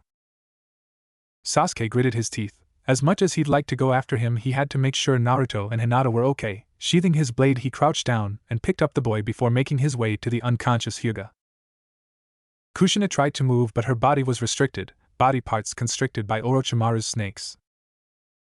My, how disappointing. I expected more from someone of your status, though I guess you are a bit rusty, Orochimaru taunted, having his snakes squeeze harder around her before bringing out a much larger one to consume the Jonin. Now then, don't worry, he won't eat you, just keep you contained long enough to take you to one of my labs, he stated as the snake opened its jaws. Kushina closed her eyes and braces herself. Lightning blade. Suddenly the snake was sliced in half along with the snakes constricting Kushina. Taking the chance, Kushina jumped away, a white-haired man landing next to her. Sorry for not getting here sooner, Kushina-san, Kakashi apologized. No problem, you saved me just in time, Kushina thanked as they both took a battle stance against their opponent. Oh, what a problem. As much as I would like to take you all, and I don't think I have enough time to do that, Orochimaru solemnly said as Kabuto landed next to him. Lord Orochimaru, I fear it is in our best interest to retreat for now, he stated. I agree, it was fun you two, but I'm afraid we'll have to take our leave now, Orochimaru said as he and Kabuto disappeared in a puff of smoke, leaving no trace. Kushina gave a sigh of relief as they disappeared. She turned to Kakashi. Thank you for showing up, he had me there for a bit. No problem, Kushina-san, we came over as soon as we felt the massive amount of chakra coming from the area, Kakashi replied. Kushina gave a gasp as she realized who it was that brought their attention here, Naruto. When Naruto opened his eyes, the first thing he saw was a ceiling. Realizing he was inside somewhere, he slowly brought himself up, grunting as he felt multiple parts of his body aching. So you're finally awake, huh? Turning his head to the voice, Naruto noticed Sasuke sitting at the other side of the room, looking at him with a blank expression. Sasuke-ni-san? Ugh, how long was I out? About 2 days. Long time no see, huh? Finally a Genin, congratulations, your sister must be proud, Sasuke congratulated, a small proud smile on his face. Thanks, Naruto replied. Still, I know you're talented, but it seems like this mission was a bit more than you could take, especially since you met those monsters, Sasuke stated, his face turning into disgust at the thought of those two. Getting who he was talking about, Naruto's face looked down at the sheet with a defeated expression. Yeah, we came across an abandoned village, and before I knew it we were under attack. Seeing the fight up close I felt useless, and even when I tried to fight back, I just put myself in harm's way. Getting Hinata, remembering what had happened to Hinata, Naruto's face turned into one of anxious fear as he looked at Sasuke. Hinata! Is she alright? Where is she? Naruto anxious asked. Sasuke put a hand up to calm him down before pointing it towards next of Naruto. Following the direction, Naruto looked to his side and saw on another bed next to him was Hinata, face bandaged up like his but sleeping peacefully. Naruto gave a sigh of relief as Sasuke said, "You both were pretty hurt, but luckily both of your injuries weren't life-threatening enough and you each got medical attention in time.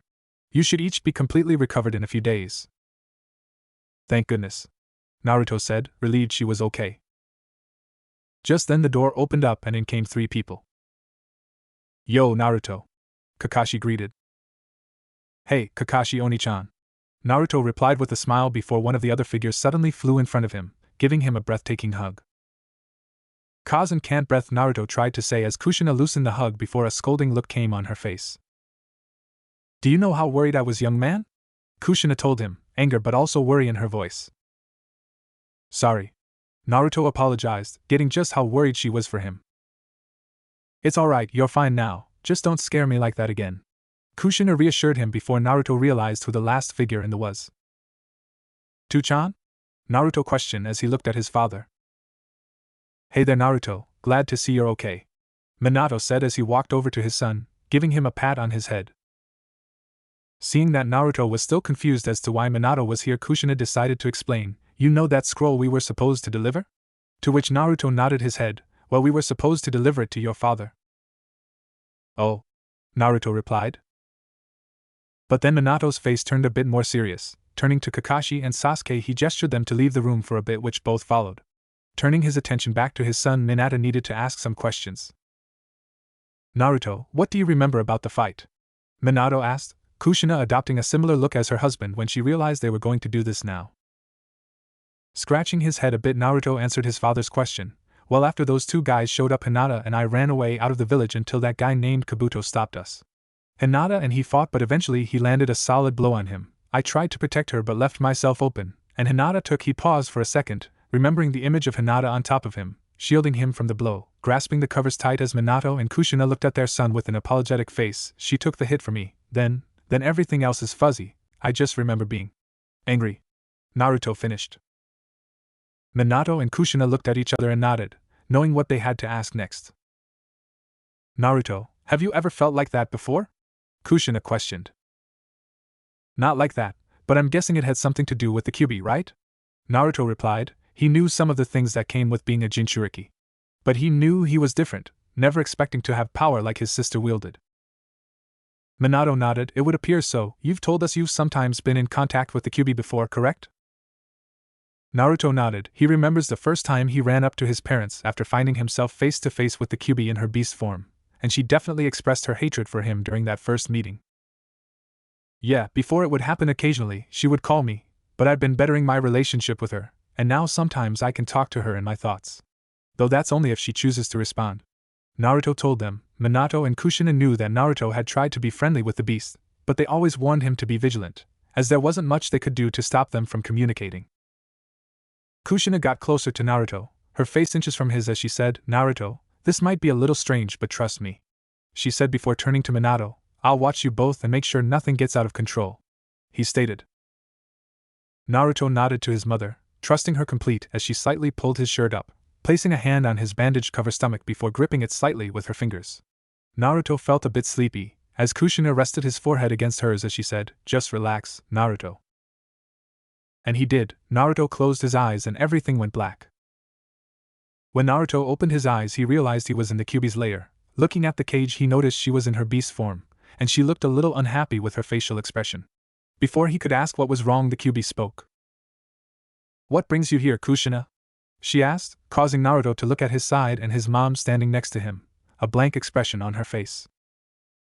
It's been a while, Kyubi. I never thought I had to see you again. But after recent events, you seem to have acted up in my son, Kushina stated. The Kyubi ticked at the statement. For your information, I helped the boy. You should be grateful I didn't take full control of him. And that's why I'm here. Why? You had a chance, but you didn't take it, Kushina asked. Why would I? As much as I hate being trapped inside of him, taking control of him during that situation wouldn't have benefited me enough to justify the power needed to do. Where would I go? The rest of my power is stuck inside of your daughter, and without it, being set free would make me only a shell of my full self, a mind without a body, so to speak, she stated. But Kushina smirked. Walking forward towards the cage, she said, maybe, but I feel there is another reason. And what would that reason be? The Kyubi asked. Come down to my level and I'll tell you, Kushina teased, making the Kyubi growl as she transformed into her human-like state before walking to the other side of the cage bars. As they stood face to face, Naruto took note to how similar they looked in body shape, though the Kyubi was still around an inch taller with more defined curves than his mother had at the moment, as she was still wearing her Jonin outfit. Smiling at the Kyubi, Kushina told her what she thought. I think you're warming up to Naruto, aren't you? The Kyubi was caught a bit off guard at the statement, noticing Naruto was too before she growled threateningly at him before turning her face back at her former host. I don't hate him, but don't think I like him either, she stated defensively. Sure, I'm just glad you're finally warming up. Maybe eventually you two could call each other friends, though that still might take a while, Kushina teased before turning to Naruto and placing a hand on his shoulder as she said, let's go. The two of them disappearing as the Kyubi just gave an annoyed sigh. Not like I actually like him, she stated before returning to her beast form to rest. Huff, that was great, Kushina, Minato praised as he rolled off her, his wife's naked form snuggled up with him as they pulled over the covers, giving him a peck on the cheek from the compliment. You were lovely too, Minato, she replied. After her and Naruto's talk with the Kyubi, Hinata had awoken, much to the relief of all of them, especially Naruto, who gave her a hug, before they both winced together from their wounds. It was late in the night now, and Minato stated to the three he would personally teleport them back in the morning before the peace talks. But after husband and wife entered their private room, Kushina felt the need for a quickie. Their sex life has unfortunately been a bit dry for a while, so each of them jumped at the chance for some action. And while it was enjoyable for the both of them, Kushina couldn't help but feel a bit, well, not unsatisfied, but that something was missing. Even so, she decided it wasn't something she needed to worry about, and took the chance to just enjoy the warmth of her husband. They fell asleep. You guys aren't coming back with us? Naruto asked Kakashi and Sasuke, who both shook their heads. No, Orochimaru might still be around the area, and we can't let him disturb the peace talks if he tries anything, Kakashi explained as Naruto, Kushina, and Hinata were about to leave. Hinata using a crutch to walk as her leg wasn't completely healed yet.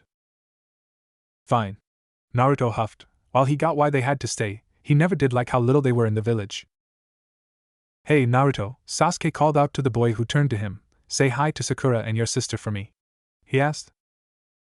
You got it, Naruto promised as he gave the Uchiha a thumbs up. Well, it's time to take you all home, hold on to my hand, Minato said as he held it out. Grabbing onto it, Naruto gave Sasuke and Kakashi a wave before he and the rest disappeared. Appearing in the living room of the Hokage's house, everyone who wasn't Minato took a second to catch their breath. Teleporting wasn't something they were used to. Stay safe, you guys, Minato said as he waved goodbye before teleporting to the peace talks. Two-chan? The trio heard as they looked upstairs, seeing Naruto look down at them in confusion. What are you guys doing here? And was that Dad I heard? Naruto asked. Yes, honey, we just came back from a mission to deliver a scroll to your father before he gave us a lift back, Kushina explained to her daughter. As Naruto gave a bit in understanding, she noticed the bandages her brother and best friend had on their face. What happened to you two? Naruto shouted as she rushed down to take a closer look at them, Naruto and Hinata mentally sweating in preparation for what they knew would happen. Nei-chan. Naruto. Can't breath. Naruto and Hinata tried to say as Naruto gave them both a bear hug after hearing what happened to them. But Naruto didn't seem to hear them as she continued her crushing hug. Honey, I think that's enough, Kushina stated as she put a hand on her daughter's shoulder to calm her down and released the two poor souls. Finally releasing the two of them, Naruto gave each of them a glare which made them flinch as she put her hands on her hips. You two better not do anything like that again. Understand? The Hyuga and younger Uzumaki quickly nodded their heads at Naruto. Kushina decided to change the subject. So Hinata, will you be staying to eat with us? She asked. Hinata shook her head in an apologetic manner as she explained, I'm sorry, but I should get home. My clan is probably a bit worried as to where I am, as I didn't tell them the full details of the mission. Oh, what a shame, but remember, you're always welcome to join us another time, Kushina stated as she walked into the kitchen to start dinner. Want me to help walk you home? Naruto asked. That would be nice, Hinata replied before turning to look at Naruto, who appeared to want to say something. Deciding to give him a little reward, Hinata leaned forward towards the boy who, along with his sister, were curious as to what she was doing, both giving a blush as Hinata lightly pressed her lips against one of Naruto's cheeks before quickly pulling back and giving the boy a nervous smile. Thank you for protecting me, Hinata quickly said before she turned around towards the door and began walking, leaving Naruto dumbfounded, not noticing the proud yet teasing smirk his sister gave him before catching up to Hinata, hearing a bit of what they said before they left. Making moves on my little brother, huh? What? No. I just wanted to thank him for protecting me. Yeah. But before he could hear any more, the door to the house closed, and his mother snapped him out of his trance as she called him into the kitchen for help. The next day out in the training fields, Kushina was having Naruto finish his current training as she stood on a tall tree, waiting for him to arrive. Come on, Naruto. Almost there, Kushina praised as Naruto jumped from tree to tree. Now that he learned how to properly control his chakra, he could use it to jump tree to tree without worry of slipping. Plus, once he mastered this, they could move on to water walking. As Naruto finally made it to the last tree, Kushina had a bright smile on her face. Her son was progressing extraordinarily fast. And seeing how much he was training, Kushina decided it was time he had a break. I think that's enough for today, Naruto, let's get home and rest, Kushina said as she and Naruto headed back home. Entering their home, Kushina turned to Naruto. How about you go take a dip in the hot springs? That sounds great, thanks cousin, Naruto thanked as he headed off to the basement to use the family's private hot spring, not noticing the little smirk Kushina had on her face. Sitting down in the water, Naruto felt relaxed. The hot spring they had may not have been huge, but it was spacious enough. Plus the decorations, it had really made you feel relaxed as it looked like you were outside at night in a lit-up area. But as he felt his muscle aches start to fade away, he suddenly tensed up at the sound of a familiar voice. Feels great, huh?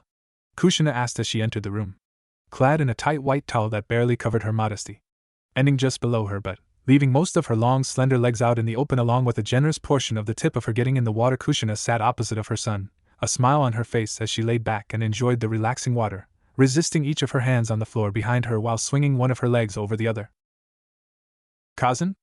Naruto questioned, confused as to why his mother was with him, doing his best to not to focus on her body. Hope you don't mind, Naruto. I know it's been a while since we've had a bath together, but I felt the need to take a dip as well. I know I can trust you to be with me, even if you are getting a bit older, Kushina stated as she gave her son a smile before closing her eyes and laying back. Naruto just quietly submerged half of his head under water to hopefully hide the massive blush he had.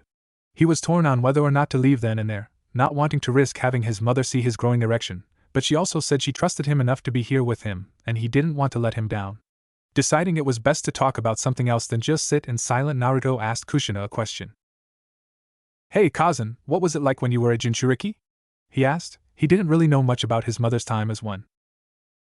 That's an interesting question to ask. Before I answer, can I ask why? Kushina replied, an eyebrow raised questionably at her son. Well, it's just, I know me and Naruto are different than most other Jinchuriki, so I wondered how. Naruto told her. Kushina took a moment to gather her thoughts for a proper answer. Well, as you know, what makes you and your sister so unique is that you each possess a different part of the Kyuubi. You have the soul while Naruto has the power. The reason for the split was because neither of you could handle the full power on your own, and Naruto gained the power of the Kyuubi was due to her body being more developed at the time. When I was Jinchuriki, the practice was still new, and being only the second Jinchuriki of the Kyuubi, it was unknown if the power could actually be controlled, so my seal mostly restrained the Kyuubi, not allowing me to properly tap into her power with the risk of letting her free. You too, however, have a seal which could in time allow you to tap into the Kyuubi's strength with training, but we still don't know as to what extent. Does that answer your question? Kushina explained, to which Naruto nodded his head. Good, and since we're on the subject, I think it's time you learn about the next step in your training, Kushina stated as she stood up and got out the hot tub, her soaked towel now clinging to her form, which emphasized the curves she possessed. You've learned how to use chakra steadily control the flow of chakra you use, but now you'll learn how to change that flow at a much faster rate, Kushina stated with a hand on her hip. Okay, but how will I do that? Naruto asked, trying to focus on what she was saying and not what he was seeing. You'll learn how to do it by walking on water, Kushina said as she now placed her feet on the water before walking towards the center and looking down at her student. Walking on water? How is that different than when I learned to walk on trees? Naruto questioned. Well, the difference is that when you walked on trees, it was a solid object and thus was much easier, as all you really had to do was apply a steady chakra flow to stick. Water is different because it can constantly change, forcing you to quickly change the amount of chakra you discharge to keep your balance, as every movement you make shifts the water underneath your feet, Kushina explained as Naruto took all the information in. And if you become skilled enough, you can manipulate the water underneath a bit as well, helping your movement underwater, see? Kushina stated as she slowly descended her body into the water while still keeping her straight posture as her feet reached the bottom of the spring. I see, Naruto stated as he got out the water. Making a seal, he quickly brought chakra to the soles of his feet. Placing a foot gently on the water's surface, Naruto felt just how different it was to tree climbing. Relaxing, Naruto felt the water start to harden under his feet. Putting more weight on it, Naruto felt it hold. Impressive, he seems to understand the concept, Kushina thought as she watched her son begin to take a step on the water, before the water giving way underneath and falling down with a splash. Then again, this is still gonna take some time. Watching Naruto come up from underwater gasping for air, before getting out with a determined look on his face, but not noticing he left something in the water. Kushina's jaw dropped at the sight before she turned her head away and put a hand up to shield him from her eyes. Naruto. Stopping his concentration, Naruto replied, "Ya cousin?" Confused as to why his mom looking away from him. "Your towel, sweetie," she simply said with an embarrassed blush on her face. Looking down at himself, Naruto realized his towel had fallen off, leaving him in only his birthday suit. Quickly covering himself up, he jumped back in the water to retrieve the piece of cloth before wrapping it around his waist. "Sorry, cousin," Naruto apologized as he sunk his red face under the water as he looked away.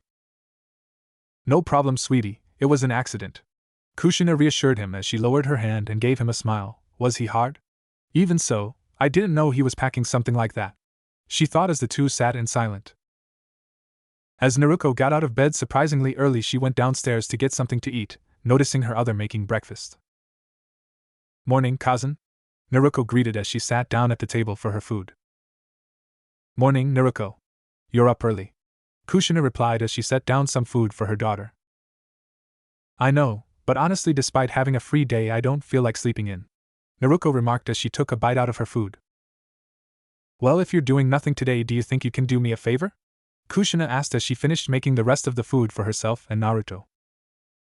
"Sure, cousin, what is it?" Naruto replied. "Do you think you can help Naruto train in water walking?" Kushina stated. "Oh sure, but why me?" Naruto questioned. "Well, I thought it might be a good bonding experience for the two of you to train together. You know how much he looks up to you," Kushina explained as she set the food down. Okay then," Naruto said as Naruto finally got out of his room and came downstairs to eat. "Morning, Nei-chan, cousin," Naruto greeted as he sat down and dug into breakfast. "Morning, Naruto," they both replied. "So Naruto, how would you about training with me?" Naruto asked. "Really?" Naruto replied. "Yeah, I'll help you with your water walking training and we'll do some combat training as well," Naruto told him. "Awesome!" Naruto exclaimed, exciting for his training. "Well, I'm glad you're excited. Finish eating, then get ready, and bring a bathing suit and towel since you're gonna get soaked," Naruto advised. "Got it!" Naruto exclaimed as he finished his food before heading upstairs to back. "Well, I should get ready as well," Naruto stated as she finished her food before heading up to get ready as well. "Have fun," Kushina said as she left, getting ready to take the day off. "So where are we going, Nei-chan?" Naruto asked, a small bag on his back containing some extra clothing and supplies. The two of them were currently walking through a forest. "A secluded spot just outside the village. It's where I learned water walking with Pervy Sage," Naruto stated. "You learned it with Uncle Jiraiya? How was it?" Naruto asked. He always had fun whenever Jiraiya visited them. He was like a fun uncle that would take him on fun adventures. Tedious, he made me practice for hours, but luckily all that hard work paid off. Naruto told him as they came to a small clearing, a small river that got progressively deeper the further you went down along the soft rocky ground on either side. Here we are, now get into your bathing suit, don't want to get your clothes wet like I did, Naruto said as she started to remove her jacket, Naruto doing the same. Naruto wore simple orange swim trunks he had on under his clothes as he kicked them off. Looking to his side, he saw Naruto take off her dark mesh shirt, revealing the orange bikini top she had underneath. It had no shoulder straps, meaning it clung tightly around her sides to secure itself against her large, a metal ring in the middle of the front of her top between her two beasts, showing off a generous amount of her cleavage, especially with the bright diamond-like crystal necklace she had on resting right above them. Quickly bending down, she also removed her black short shorts, showing the tight bikini bottom underneath, a ring on each of her hips holding it together, as it showed off each of her leg in their entirety. But she wasn't done yet. Bring her hands to her hair. Naruto undid her twin-side ponytails, letting her hair fall down to its entirety, reaching her lower back. Turning to him, she gave herself a twill, Naruto noticing how deep her bikini bottom sunk into her butt cheek, leaving a good chunk of them in the open, and despite how tight her top was, her also jiggled with her movement as she stopped and placed a hand on her hip, flashing him a bright smile. So how do I look? Naruto asked, giving a bit of a pose. You look great, Nei-chan, Naruto stammered, looking away a bit to hide his blush. Thanks, Naruto, been meaning to try out this new swimsuit, Naruto said, noticing the little blush he had, finding it cute. Now why don't you show me your skills? The water over here should be shallow enough for you to safely practice without your entire body falling in, Naruto stated as she took a towel down and spread it on the ground to lay on.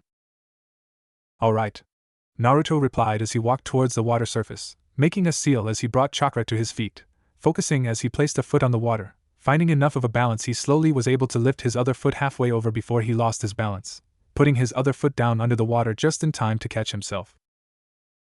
Not bad, Naruto praised, keep trying to get your other foot across. After enough tries you should be able to see what parts you're having the most trouble with. Nodding back at her, Naruto continued trying to get one foot across, always losing his balance at different points. Naruto noticed this and concluded that Naruto seemed to not be able to focus clearly on his shifting body weight, causing his foot to slightly dip at an angle in the water, making the force he was exerting on it push him off a bit. Getting up, she slowly walked over to her little brother, catching him by the arm just as he lost his balance once again. You need to focus on your balance, Naruto told him as she helped him up.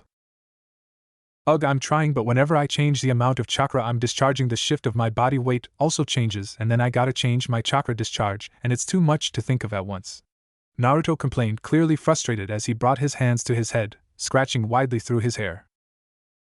Look, I'll help you balance your body weight, while you focus on the amount of chakra you're discharging, Naruto said. Okay, Naruto replied, once again bringing chakra to his feet as he placed one on the water. Now just focus, Naruto said, soothing, wrapping her slender arms around him as she pressed herself against his back to keep him balanced. It took all of Naruto's willpower not to tense up from her touch, especially with her pressed up against the back of his neck. But he was somehow able to move his other leg farther than ever before, not noticing the smile Naruto had on her face as he swore he heard a familiar-sounding growl from somewhere. But before he could question its source, he felt his other foot touch the water, now able to stand up on 2 feet on the water now. Great job, Naruto, Naruto praised. Naruto felt a rush pride at his achievement, so much so that he forgot about holding his chakra, causing him to slip past his sister's grip as his fell into the water below, Naruto laughing at his misfortune. After hours of practicing, Naruto was proud of how her little brother was progressing. She had to admit he was learning this stuff better than she did. After he learned how to walk on water, Naruto had him learn how to keep his balance when the water was moving, adding so chakra to manipulate the flow of the river. She had a couple of small waves produced, and it took Naruto half an hour before he could finally withstand them and keep his balance. After that, she made him run on the water, making him have less time to focus on his chakra control as well as more movement, as he now had to rely on instinct so it could become second nature to him. And now Naruto decided to end their training for the day with a bit of a spar, no ninjutsu. You ready, Naruto? She asked as she stood a couple of feet in front of him on the river, both of them now in the deeper end of it. You got it, Nei-chan, Naruto exclaimed as he got into a ready stance, being able to focus on his chakra control and balance in the back of his mind now. Here I come, Naruto shouted as she ran towards her little brother. Naruto barely dodged the punch his sister threw. Ducking his head down, he tried to throw a punch, but his aim was a bit off as the water beneath him wobbled a bit. Seeing him falter, Naruto swung a kick to his side which missed by just a hair, jumping to the side. But Naruto realized that while he may have learned to stand on water, he didn't know if he could do the same with other body parts, as he was about to land chest first into the river. Now then, Naruto, can you put that training to use on the fly? Naruto questioned, planning her attack so that he would face this dilemma. Naruto brought his hands forward as he tried to gather chakra in them to hopefully use on the water's surface. But as it got closer, Naruto felt himself falter. He didn't know if he could actually do it, and just as he closed his eyes in preparation for the impact, he heard a voice. "Let me help." And just then Naruto felt some power flow through his hands as they made contact with the water as he rolled his body over the surface before getting back in his face, a shock of surprise both on his face and his sister. Taking the opening, Naruto rushed Naruto, who barely shaped back in time to deflect his punch, noticing just how much more precise his movements were as they began to trade blows. Naruto felt his movements come to him like instinct, barely needing to think about the water under his feet, both of their arms colliding in a blow as they stood each other down, or well, Naruto stood him down while he looked up, a determined look on each of their faces.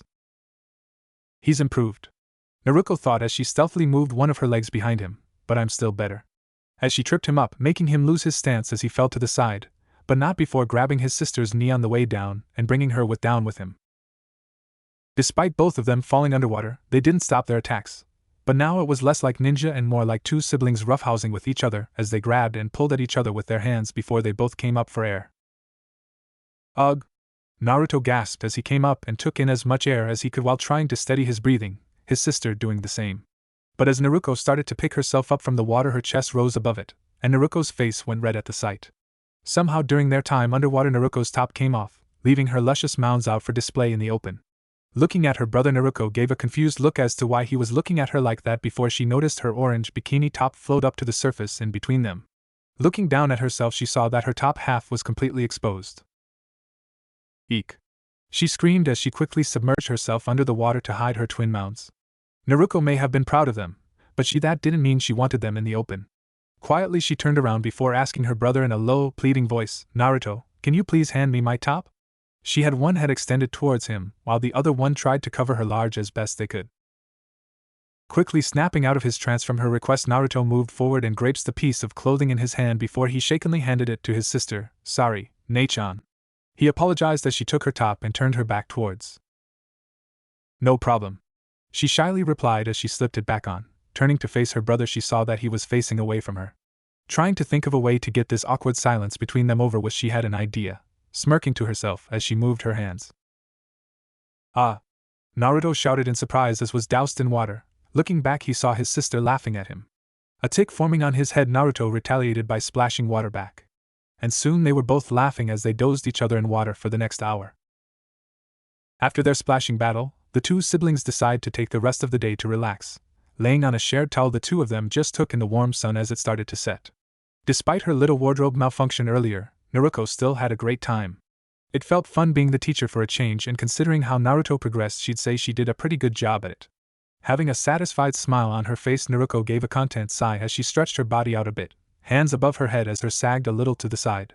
Despite the breathtaking sight that would be presented to him if he just looked, Naruto decided to keep his eyes closed as he stretched out like his sister, hands behind his head. But still, it took him some focus not to think back at the sight he saw of his sister's exposed top. Despite living together for all of his life, it's been a while since he saw Naruto so bare. The most he got was catching her leave the shower hurriedly with a towel wrapped around her. But still, he tried to keep his perverted thoughts far from his mind, not wanting to risk doing something stupid and damaging their relationship. But as he started finally get those thoughts out of his head, Naruto's voice came calling, "Hey Naruto, could you do me a favor and give my back a bit of a massage?" she asked him, rolling onto her front while looking at him a light, pleading look.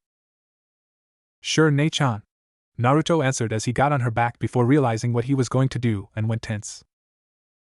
"I'm waiting, Naruto," his sister said with her eyes closed. Deciding to just get it over with, Naruto gently placed his hands on her toned back, realizing how silky and smooth her skin felt as he started his massage. Naruto let out a coo of pleasure as his hands roamed her back, her brother somehow getting all of her best spots as he gently massaged her. "Go a bit down to the side," Naruto asked as her brother lightly massaged her sides as his hands landed on the around the side of her. "Oh, right there," Naruto stated as Naruto gently pressed and moved his fingers around the part of her that connected to her chest on the side, his massage giving her girls a relief of pleasure from all the moving they do. Naruto meanwhile felt himself start to sweat a bit, getting a bit hard from the contact he was making with her even though he only felt a bit of them with his fingers. He noticed how they seemed to sink into her flesh, how soft it felt. Naruto then something start to lightly poke her but, having some idea as to what it was she decided to test it. Get my lower back, she said, feeling Naruto move down her legs as the object poking her but move away as he got her lower spine, his fingers resting on the side of her hips as his thumbs made circular motions on her back, breathing out a light sigh from the pleasure. Now get my shoulders and neck, she ordered as Naruto moved a bit up, so focused on his task that he didn't notice his light erection press in between her butt cheeks. Naruto arched her back a bit as his fingers massaged his shoulders while his thumbs worked on her neck, pressing her backside a bit more into him, noticing its size.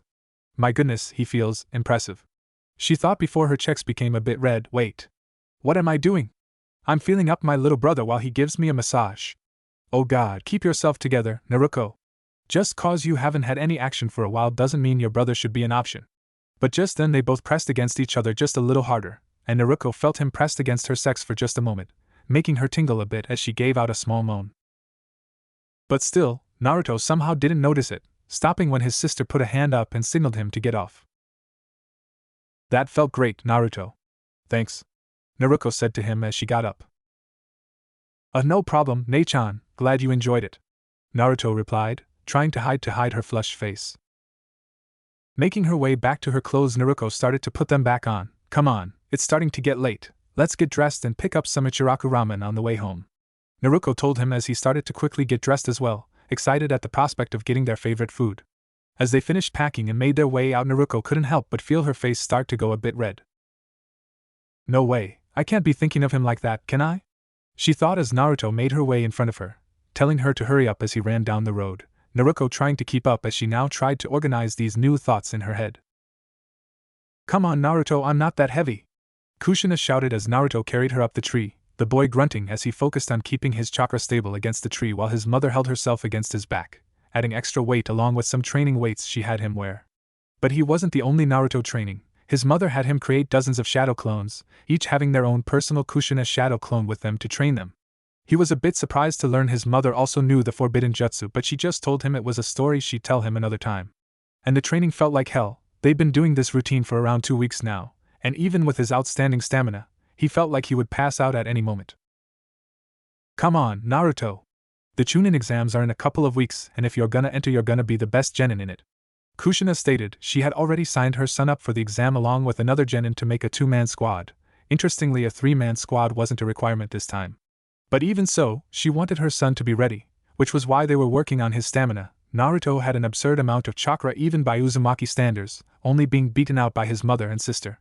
But he still needed to learn how to control it, to focus it and use it, which was why Kushina had him make multiple shadow clones, halving his supply of chakra a dozen times over, not to mention some seals she placed on him to limit his physical prowess and how much chakra he could access, meaning he would have to be more careful on how he used it. And he seemed to be doing a pretty good job so far, as he finally reached the top of the tree, Kushina getting off his back, as he bent down and held his kneecaps, trying to catch his breath. Good job, Naruto, Kushina praised as she gave her son a quick peck on the cheek as congratulations and affection. Thanks, cousin, Naruto said before the two of them disappeared in a cloud of smoke, this part of his training now complete. Over by the open field, the original Naruto and Kushina were sparring, the two of them locking blows briefly before Kushina's superior strength pushed her son back.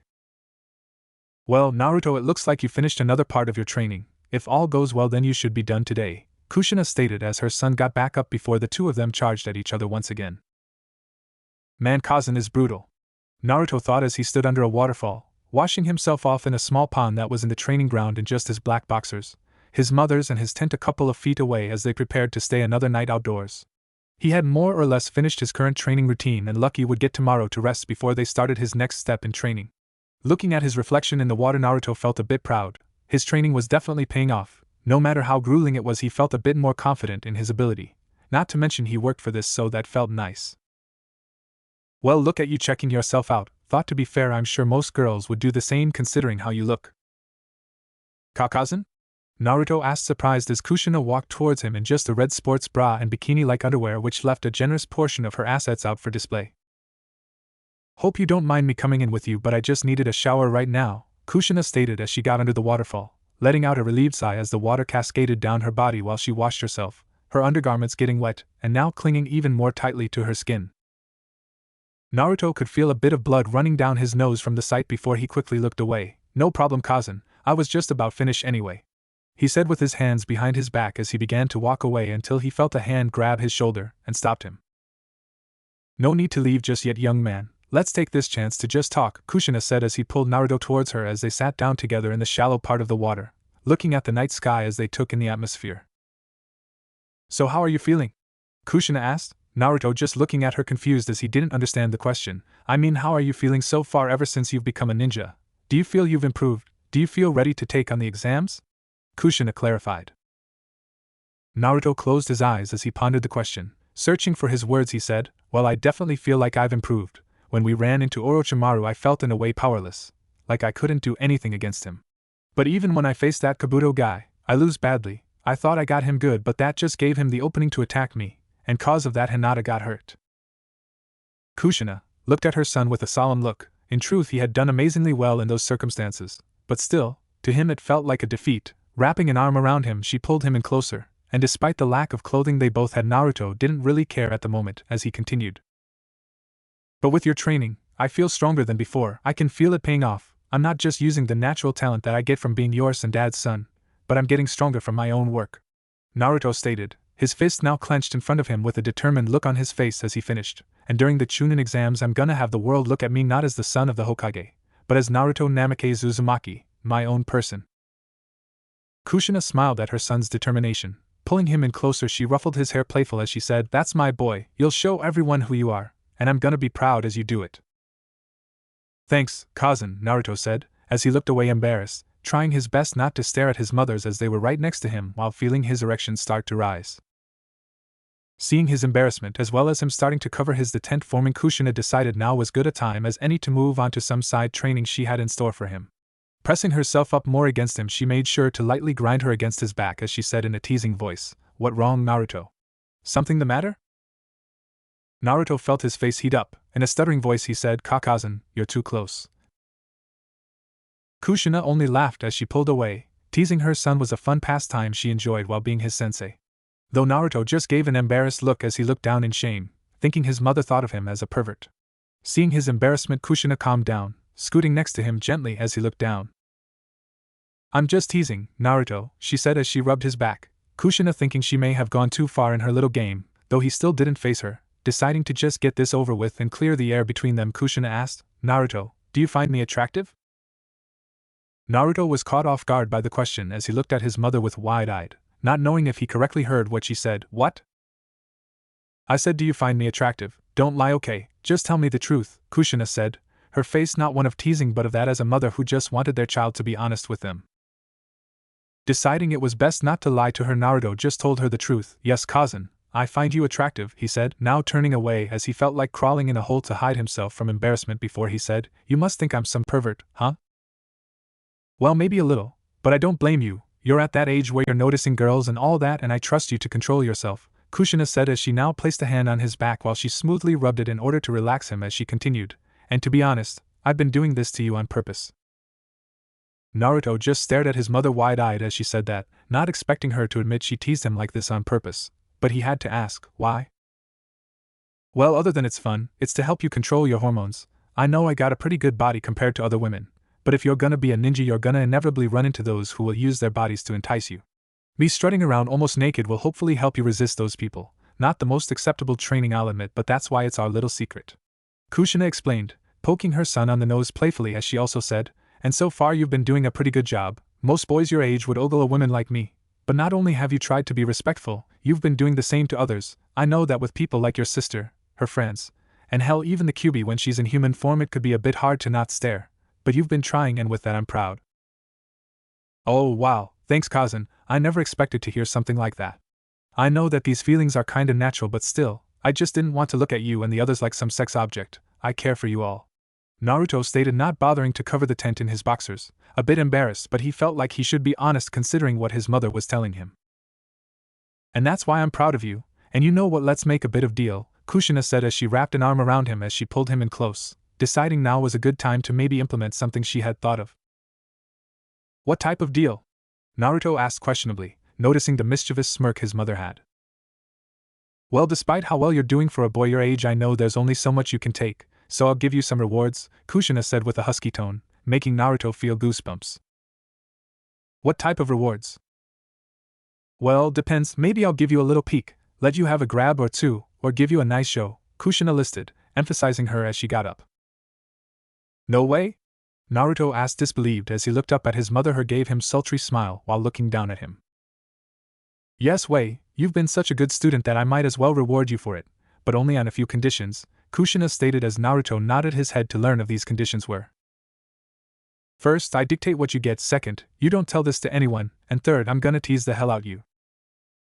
Naruto nodded his head in understatement as he said, yes sensei, being as obedient as he could to get these rewards. Good boy, I've decided I'll be really generous for your first reward, Kushina said as she sat down on his lap, making sure to squish the tent forming in his boxers between her butt cheeks, pressing herself against him as she lowered her mouth to his ear and whispered in a sultry tone, for the next minute you can grab my body how you wish, no removing my panties or bra or slipping your fingers under them, other than that feel free to grope my ass, motorboat my, or just hold me close. Naruto could only look at his mother, mouth agape from what she said before he gave her the biggest smile he could muster. Kazan, you're the best mom and sensei in the world. Kushina smiled at her son's compliment, and for that compliment, I'll give you another minute to do as you please. Now hurry up and start, cause like I said, I'm being really generous for this reward, so don't expect stuff like this often. Naruto quickly nodded his head in understatement. Despite hearing a familiar growl in his mind, he proceeded to grab his mother's, making the red-haired Jonin give a quick gasp from his grip before giggling as he enthusiastically started to knead her, looking in awe at how his fingers seemed to sink into her flesh. Even so, he tried not to grab too hard, a detail Kushina noticed. Even with this opportunity, he's still holding himself back a bit. God, am I proud of him. Not to mention this feels nice, Kushina thought, giving a small cute-like moan, a smile on her face when Naruto gave her a squeeze. Keeping one of his hands to explore her twin mounds, Naruto began to use the other one to glide over her body, placing it on her hip, back, thigh, and finally on her round firm butt. You got a minute left, Naruto, Kushina reminded him. Man, is he good at this. I might be inclined to give him rewards like this more often than I originally planned if he keeps on making me feel this nice.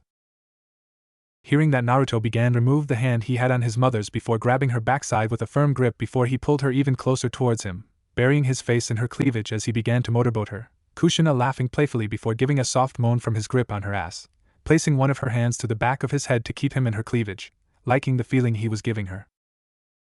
15 seconds, Kushina declared, curious as to what he would do with little time left, giving a surprised gasp as Naruto took a firm grip on her backside, pulling her in closer as he suddenly stood up while holding her up. My goodness!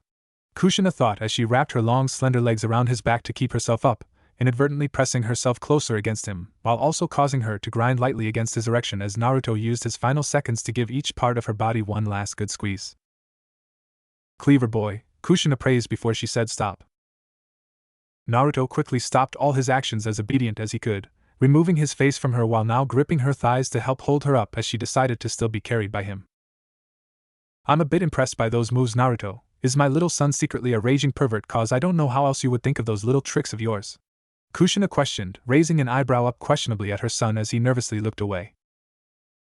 I may have found one of Uncle Jiraiya's novels, he chuckled nervously.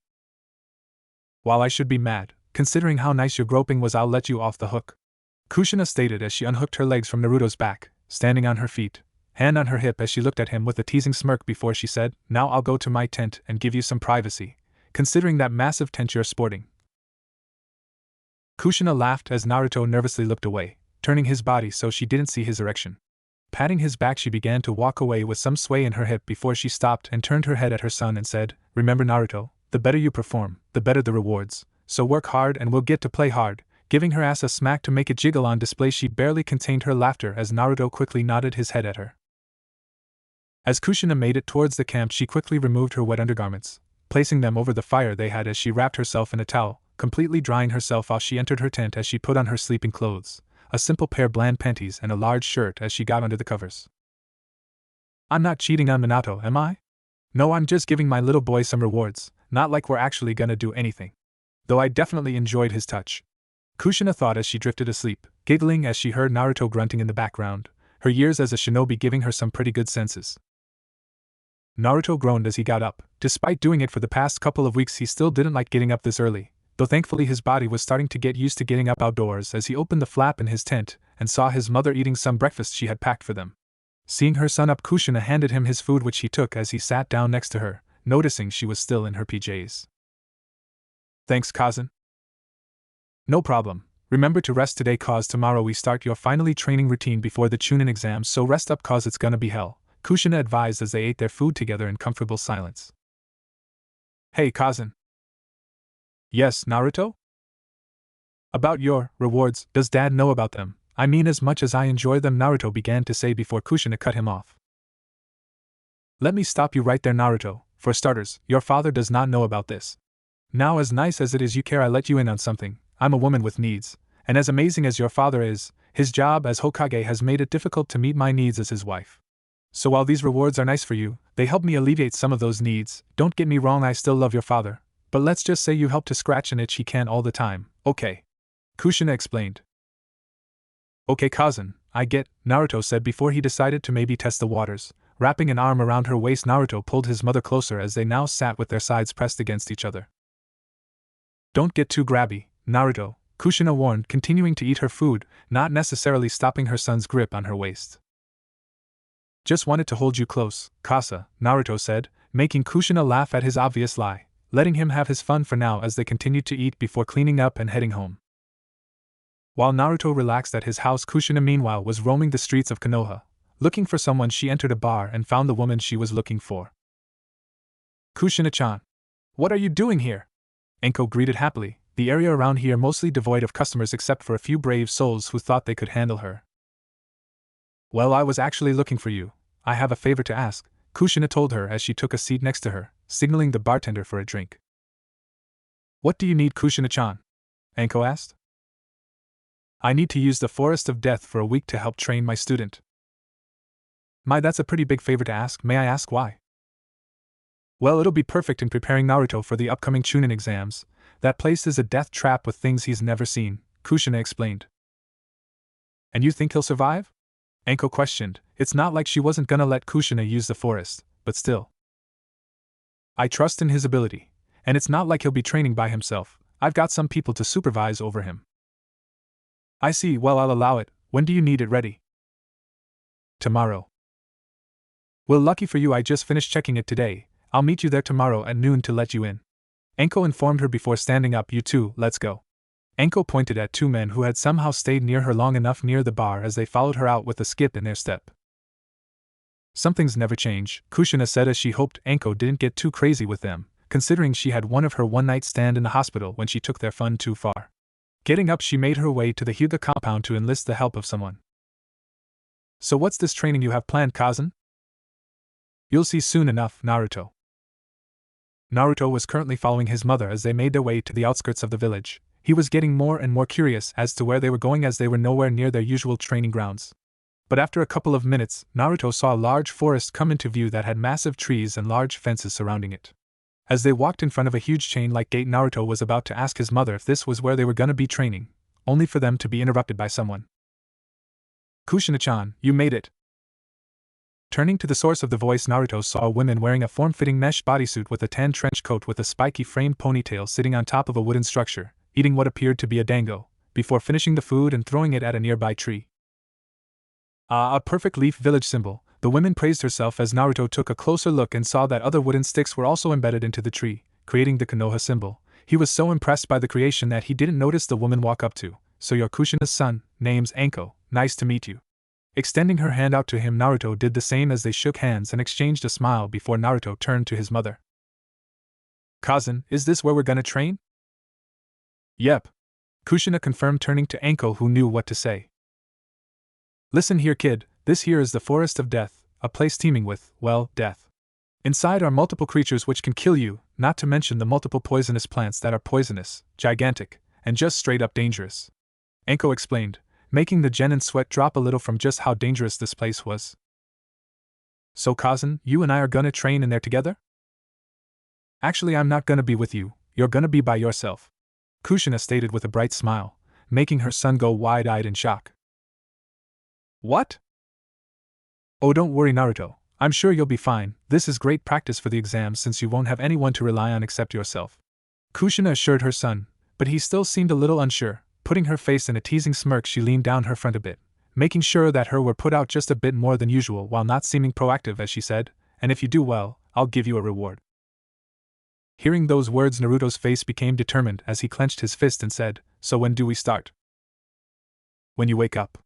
Kushina told him, making the blonde give a confused look before being knocked out by Anko, Kushina catching him before he hit the ground. So what type of reward are you gonna give him? Anko asked questionably. Only something a mother would know, Kushina replied, giving the Jonin a sweat smile that also doubled as a warning not to ask more of it, which Anko decided to respect, waving goodbye as Kushina took the unconscious Naruto into the forest. Ugh, Naruto groaned as he got up, finding himself on a patch of grass surrounded by tall trees. So I guess I'm gonna have to fend by myself for now, Naruto thought as he quickly put his hands in a seal, noticing that while he didn't have his training weights, some of the seals he received from his mother were still present on his body, restricting his physical prowess and chakra. Deciding the best thing to do was to scout the area for a good water supply, he quickly made a dozen shadow clones, each going off in a pair as they spread out into the forest. Not a bad start, Kushina said as she watched her son's clones scatter into the forest from atop of a tree. With her skill level, it wouldn't be that hard to hide from him as long as he didn't notice her presence. Following the original version of Naruto at a good distance, Kushina noticed that he was about to cross into the area of a giant insect. Naruto could barely react when his clone suddenly threw him out of harm's way as it took a hit from the giant centipede that attacked with its tail, making the clone disperse. Taking out a kunai quickly, Naruto added a paper bomb to it as he threw it at the attacker, who seemed to know what it was as it quickly took cover with its hard shell. What? Naruto thought before dodging some needles the insect spewed from its mouth before beginning to rush him. That's right, Naruto, the creatures in here have been battling shinobi for decades. They know some of our tricks and have adapted to be able to fight us, so what will you do? Kushina pondered as she saw her son frantically dodging attack after attack before summoning a clone which transformed into a large shuriken. Throwing it at the centipede, the creature swiftly dodged it, not noticing the object transforming back into a clone before throwing some smoke bombs at the creature along with some paper bombs. The centipede is caught off guard at having its vision cut off, giving a shirk as it lost some of its legs in the ensuing explosion. Anger overtaking it, looked for its orange opponent, only to find it gone, nowhere in sight. Naruto quickly fled the area as he got away, deciding it was best not to waste his energy fighting the creature for now. For all he knew, that could be one of the lesser powerful creatures in this forest, so he needed to save up as much energy as he could before stopping and heading in the direction of one of the clones which disperse. At least for now, he found a suitable water supply, not noticing his mother following him from a good distance behind. As Naruto found himself by a riverbed with a rocky ground, he began to try and set up a camp. Finding a suitable small cave nearby, he inspected it, only to be created by a bear which tried to maul him. Crap! Naruto said as the bear grazed his arm, drawing some blood. Arming himself with a kunai, Naruto began to fight back against the beast, a couple of his clones joining him as they finished their scouting. Luckily, with the advantage of numbers, the battle didn't take long, though while the bear did take out a couple of clones, it eventually suffered a kunai to the head which ended its life. Seeing that the area now appeared relatively clear, Naruto and his clones began to set a perimeter around the area, laying traps to alert them if anything approached, while a couple of others began to skin the animal and set up a fire. Before he knew it, night had come. Naruto sat quietly at the campfire eating while one of his clones scouted the area. While he felt a bit bad for the clone, he really didn't have a choice, he had to be vigilant, and that's when he realized something. Oh man, Kazan didn't tell me how long I was gonna be here for. Feeling a bit uneasy as to not knowing how long he'll have to survive in here, Naruto finished his food as he recalled his clone, heading into the small cave he'd sleep in for the night as he covered the entrance with some big leaves he found. Sitting down at the far end of the cave, Naruto tried his best to fall asleep despite the uncomfortable conditions. Perched atop of a tree, Kushina smiled as Naruto headed into the cave. Not bad, she praised. Hearing some rustling behind her, she found herself facing a group of 4 women. I see you'll all have made it, except Naruto, Kushina greeted. Naruto said she tried to make it later. Apparently the Kazekage is arriving earlier than expected and she wanted to greet him along with the Hokage, Sakura informed her. So where is the little punk? Ino asked, Kushina pointing towards the small cave near the riverbend. I noticed some of the traps he set around the area. They were pretty decent given the circumstances, Tenten commented as she had to warn the girls where they were set after Ino almost triggered one. So how long do you want us to look after him, Kushina-san? Hinata asked. I say around 3 more days. Remember girls, Don't help him unless it becomes a life or death situation and give him as much training as you can discreetly can, Kushina ordered, the girls nodding in understanding before Kushina waved goodbye and left. I'll take the first shift, Sakura said while the rest of the girls went off to set up a camp nearby. How much longer, Tu-chan? Naruto asked as the two stood in front of the gates to the village, Naruto growing more tried by the minute as the moon rose higher and higher. I don't know, Naruto. Minato replied, sighing. As much as he loved his daughter, she could be a bit taxing, especially at the end of the day. The two waited around a bit for a couple of minutes before a trio of figures appeared in the distance, Naruto instantly getting a smile on her face as she waved enthusiastically at them, the trio waving back as they approached. It's nice to see you again, Lord Kazekage. Minato greeted as he shook his hand with a smile. It's good to see you as well, Lord Hokage, and you too, Naruto. He greeted as he removed his blue hat revealing his darkish red hair. It's good to see you too, Gaara. Naruto greeted as she shook his hand as well. Well, as much as it would be nice to talk about how our villages have been, it's probably best to rest for now. Naruto here will take you to where you'll be staying and we'll discuss the finishing preparations for the joint village Chunin exams tomorrow, Minato explained. Very well, I'll be looking forward to it, Gaara stated as the Hokage said his goodbyes before teleporting back to his home. Come on guys, follow me, Naruto said, motioning with her hands as she led the three of them to where they were gonna stay. As Naruto was chatting with Temari and Kankuro, Gaara decided to ask Naruto something. So Naruto, I hear your brother is taking the exams this year. Yep. He's actually currently training in the Forest of Death to prepare. Naruto informed them. Isn't that the place where we took the second stage of our exam? Why would he train there? Temari questioned. He actually didn't choose to train there, my mom just threw him in there, laughing along with the other siblings as she continued, though I trust he can take care of himself. Though my mom did ask for my help in overseeing his training, so there's that. I would like to meet him if that's alright, Gaara asked. No problem. I'll have it arranged somehow, Naruto stated as the four of them continued to walk through the night. As Naruto woke up, he found himself not in the cave he slept in, but in the Kyuubi's lair. So you finally decided to visit, huh? The Kyuubi called out, already in her human form. More like you dragged me over here. Not like I can actually come here by myself yet, Naruto pointed out as he walked over the bars that separated them. That's because you haven't tried contacting me in a while, the Kyuubi said with an annoyed look on her face. Because you haven't been responding to me whenever I tried. Naruto replied back a bit confused before continuing, so I just stopped trying. I thought you were mad at me or something. Well, maybe if you didn't just call on me for help with your training I wouldn't have gotten annoyed. I'm not your personal cheat sheet, the Kyuubi argued back, hands on her hips as she glared at him through the bar. Well, I just thought that my training could be good for the both of us. It seems to be the only times you ever responded to me when I called out. I don't know how else to talk to you, Naruto shouted back as he got closer to the cage. Well, at least try. You want us to be friends, then put in more effort cause I don't want to get my hopes up, the Kyuubi snapped back, the two of them now in each other's faces with the bars separating them. I thought you didn't want to be my friend, Naruto solemnly said as he averted his eyes from hers. I never said that, I just said not to think we're all buddy-buddy with each other yet. The Kyuubi sighed back as she averted her gaze from him as well. They both said nothing in an uncomfortable silence as they tried to think of ways to better communicate with each other, not noticing they were holding each other's hand through the bar unintentionally before the Kyuubi without any thought squeezed his hand. The two of them then proceeded to look at their joined hands, taking a moment to notice how much they liked the other's grip before their faces went red and they each quickly pulled away embarrassed. Look, the reason I call you here was cause of those rewards you're gonna get from your mom, the Kyuubi said with a slightly red face as she held the hand that touched him with her other, Naruto getting a bit embarrassed when she brought the subject up. Look, I'm not here to judge you on it or whatever, but just try and keep your hormones under control. As I told you before, when you get excited, I can feel it, and while I can deal with it for a little bit, if you spend the whole day fantasizing about some sexual desire, it gets to me, she explained, her face getting a bit redder as her bangs cast a shadow over her eyes as she looked away. I'm really sorry about it, I'll do my best, sorry if that bothers you. Naruto tried to apologize.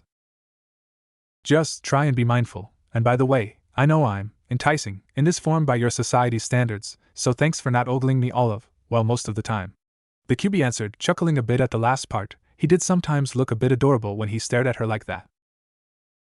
Yeah, and if you ever want to just talk or need help with a problem, I'll always be willing to help you, Naruto exclaimed, giving her a thumbs up, making the Kyuubi give a smile as she looked down at him, before getting a wicked thought on how to tease him a bit, she could have some fun.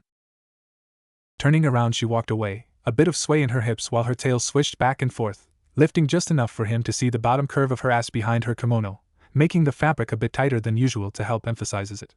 Turning around, she caught him staring, making him quickly blush and look away. Smirking to herself, she said, "Don't get any ideas, we may be friends, but it'll take more for me to open up with you." Before he could respond, she quickly snapped her fingers, making him disappear from her lair. Sighing to herself, she sat down. "I know I used to laugh at your ideas of peace, old sage, thinking they were impossible with how much hatred I felt in humanity, and how much hatred they made me have. But that boy, there's something about him that makes me see a bit of you in him, and if he can help me let go, then I'll have no qualms of opening up to him. Though I am starting to see the fun Kushina has in teasing him, just gotta make sure I don't go overboard or else I'm gonna start feeling it as well." As Naruto got out of the cave, he gave a yawn, raising a hand to block the morning sun's rays as he began to stretch and get ready for the day, unaware of the eyes currently surveying him. "Looks like he's finally up," Ino commented. "Yeah, now Tenten, did you prepare the traps to test him?" Sakura asked, the twin-hair bun girl nodding in response. "Yep, even made them look like they were from animals. In fact, he's getting close to one right now." The group watched closely as Naruto walked towards the water, ready to take some out to drink, but as he got closer he noticed something shine out of the corner of his eyes before coming at him at an alarmingly fast rate, barely dodging the projectile which whizzed past his face. Quickly taking out a kunai, he threw it with a paper bomb attached in the direction of where the attack came from. A small explosion coming from under the water as the paper bomb exploded. Looking at the result, Naruto saw a group of fish float belly up. As the girls looked at the confused Naruto walk up to the fish, Tenten spoke, "I also had the traps turn into the corpse of animals if Naruto set off a seal near it so he doesn't get too suspicious." Naruto walked up to the fishes, giving the corpse a sniff and realizing they were too damaged by the explosion to be eaten. He would have eaten the remains of the bear he killed yesterday, but he had to dispose of it in case animals became attracted to the smell its dead body would give off. Thinking his first priority was to find a source of food, Naruto created a couple of shadow clones, all of them going off in different directions to search for food. "Hinata, you and Ino will follow the original Naruto, me and Tenten will stay here for now," Sakura stated as the blonde and brunette nodded and went to follow their order. As Ino and Hinata followed the original Naruto, the purple-clad blonde decided to tease her friend with some information she learned. "So Hinata, I heard from Naruto you gave Naruto a kiss, that true?" Hinata almost lost her footing on the next branch, face beet red as she asked in a hushed whisper as to not alarm Naruto. "Oh, how did you find out?" "Please, getting something like that out of Naruto was easy, just gotta know which buttons to press." Ino gloated before she added, "Don't worry, I won't tell anyone else, I just gotta know why. I don't think I've ever seen you give a kiss to anyone." "It wasn't a kiss, just a thank you peck on the cheek," Hinata embarrassingly clarified, face a bit red. "Doesn't change my point. So what did Naruto do to make you feel like a kiss on the cheek was the best way to thank him?" "Well, he protected me so well on our mission, even when he knew he was outclassed he tried his hardest. I felt it was the best way to express my gratitude. Plus I think he may have a crush on me," Hinata admitted, face now completely red as her friend just chuckled. "May? Hinata, trust me, he has way more than just a crush on you. I've seen the way he stares at you, and it's not just 'cause you're a cutie, he's got a glint in his eyes, he just doesn't know it yet," Ino told her friend, whose face got even redder. "Look, even if he does have a crush he'll probably get over it in a bit, besides I'm way older than him, it wouldn't work out," Hinata tried to insist. "Age is just a number, Hinata, besides he's not that much younger, besides, he's technically an adult now that he's a genin, and if he becomes a chunin, then no one will think about age that much. Not to mention I know you took a hit for him so that no doubt made his feelings for you even stronger," Ino told her, Hinata staying silent before Ino added, "Look, I may be wrong and you both don't have feelings for each other like I think, but if you do, don't waste it, the longer you wait the harder it's gonna be, for both of you." Hinata stayed silent as she took in her friend's words, but before she could respond they heard Naruto scream in the distance. Activating her Byakugan, Hinata saw Naruto dodging a large tiger, barely slipping through the jaws of its teeth as it leaped from tree branch to tree branch in an attempt to eat the jumpsuit-wearing boy. "Hold," Ino stated as the two watched from a distance, Ino readying to use her mind transfer technique on the beast in case things got too dangerous, Hinata making sure no other creatures snuck up on them. "Oh, come on!" Naruto shouted as the tiger followed him up a very tall tree with relative ease. He was hoping to get some breathing room, but it looked as if he wasn't gonna get it as the tiger came even closer. "Man, is this gonna waste a lot of chakra?" Naruto thought as he placed his hands in a seal before shouting, "Multi-shadow clone jutsu." Creating at least 30 of himself. Hinata and Ino were a bit impressed, but the tiger showed no signs of slowing down from the increase in numbers as it kept up its ascent. One more jump and it would have the boy. But just as he took his final leap, several of the Narutos began jumping towards the beast, slowing it down as it had to stop its ascent to take out the clones. But just as he took out the first batch, another several came at him like projectiles, hitting him multiple spots hard enough to make the tiger roar out in pain. The hits were hard enough for the clones to disappear on impact. Namikaze Blitz! Naruto shouted as his clones dived at the tiger with breakneck speeds, making the beast lose more of its footing with every hit before falling off the tree and plummeting towards the ground on its back with a loud thud. Roar! It screamed in pain. Meanwhile, far up the tree, Naruto nodded to his remaining shadow clone, handing him a paper bomb as the clone nodded in understatement, diving at the beast. The tiger, seeing its target dive at him, opened its mouth in rage, ready to devour him. The clone only closed its eyes as the beast opened its mouth, devouring him whole. The beast let out a triumphal roar, before its eye widened as its throat exploded from the inside, severing its head from its body in one blast. Naruto groaned as he went down. That attack made him waste a lot of chakra, but it was the only thing he could think of at the moment. Taking out his kunai, Naruto quickly took a day's worth of meat from the dead corpse, summoning another clone to help him take it back to camp. Man, I forgot about how ferocious the creatures in this forest were in this forest. Ino commented as she and Hinata followed Naruto back to his base. As Naruto and the clone walked towards the camp, they were careful not to trigger any of their traps, but they were attacked by projectiles by some animals. But with a quick dodge and the flick of a shuriken, they stopped. Reaching the campfire, Naruto lit a flame and let the meat roast. Recalling the clone with him along with the ones out scouting, he had to conserve his chakra. In the distance, Ino and Hinata joined Sakura and Tenten as they watched the boy carefully rest while being aware of his surroundings, waiting for his food to cook while trying to regain his chakra. So anything interesting happy for him to get that meat? Sakura asked her friends. Yep, Naruto fought a giant tiger. That thing was fast, especially for a genin. Naruto killed it by dive-bombing the beast with dozens of shadow clones before sending a paper bomb inside of its throat to kill it. Ino explained. The group of girls made small talk to pass the time, making sure to keep an eye on Naruto as he began to eat his food. The sun was approaching its peak in the sky, and just as Naruto finished the last bite of his lunch, he heard something fall in the distance. Looking towards the source, Naruto saw one of his traps go off before a flurry of needle-like projectiles were shot at him from the forest. Looking at the attack, the girls were surprised at just how close it came to hitting Naruto, as ducked just in time. Tenten, what type of trap was that? Those things were so fast even I would have trouble dodging them. Ino shouted, concerned. That wasn't one of my traps, Tenten simply said, making the girls stare wide-eyed. Hinata quickly activated her Kekkai Genkai to see the source of the attack, eyes widening in shock as she simply said, "Oh God." Before the other girls could ask what it was, a ginormous centipede emerged from the forest, clearly enraged as it seemed to have some of its legs missing.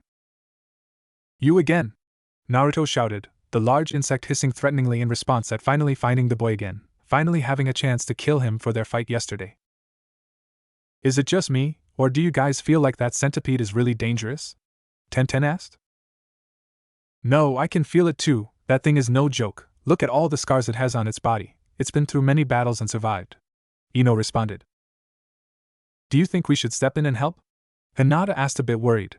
When she viewed the large centipede with her Byakugan, she noticed the creature had a chakra system inside. While it wasn't uncommon for animals to possess chakra, for one to possess one in the Forest of Death was surprising, as the place was meant to test genin, and animals with chakra were significantly stronger than those who don't, making them something even Chunin could have trouble with. Her point being proven as the centipede hit Naruto to the other side of the river, making the boy crash through a tree as the girls winced at the sight. "Not yet, we're not supposed to act unless it becomes clear he can't handle it," Sakura said. As much as she didn't want to see Naruto get hurt, he was here to train. If he could beat the creature on his own, it would make him significantly stronger. She only hoped the boy could do it on his own. The group watched nervously as Naruto gave a battle cry, rushing out of the forest shouting, "You want it that way? Let's finish what we started." Grabbing a kunai, Naruto and the centipede charged at each other, ready to kill. "Hiya! Ki! How long have they been going at it?" Ino questioned as multiple Naruto continued to stab the back of the centipede with as many wounds they could inflict before manually dispersing to return their chakra to the original. "About 5 hours, Sakura commented, the sun getting closer and closer to setting. She was astounded by how much stamina the two combatants possessed, not letting up for fear that the other would take the chance. both covered in wounds, Naruto's clothes also becoming more tattered with rips tattering it all over. Naruto could only huff and pant as he and his opponent stared each other down, acknowledging each other's strength by not rushing in but each wanting nothing more than to just kill the other. Naruto was running on barely a 1/16 of chakra, so in order to save as much as he could whenever he had his clones out, he made them disperse as soon as they landed a hit as to not risk them being destroyed and him losing the chakra in the process. But the centipede was starting to figure out his attacks, so he had to think of something else, and just as he was about to make a move, his leg gave a sharp pain, making him wince and lose focus for a moment.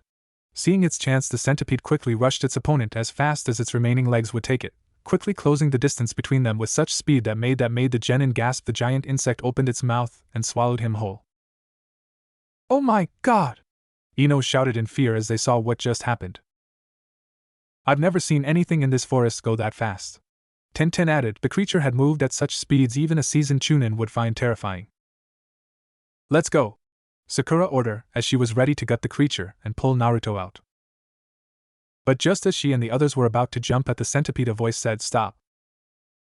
"Huh?" they questioned as they looked at Hinata, her Byakugan activated as she stared directly at the beast. "Hinata, that thing ate Naruto, we have to get him out," Ino screamed as they saw the centipede let out a victory screech from its win.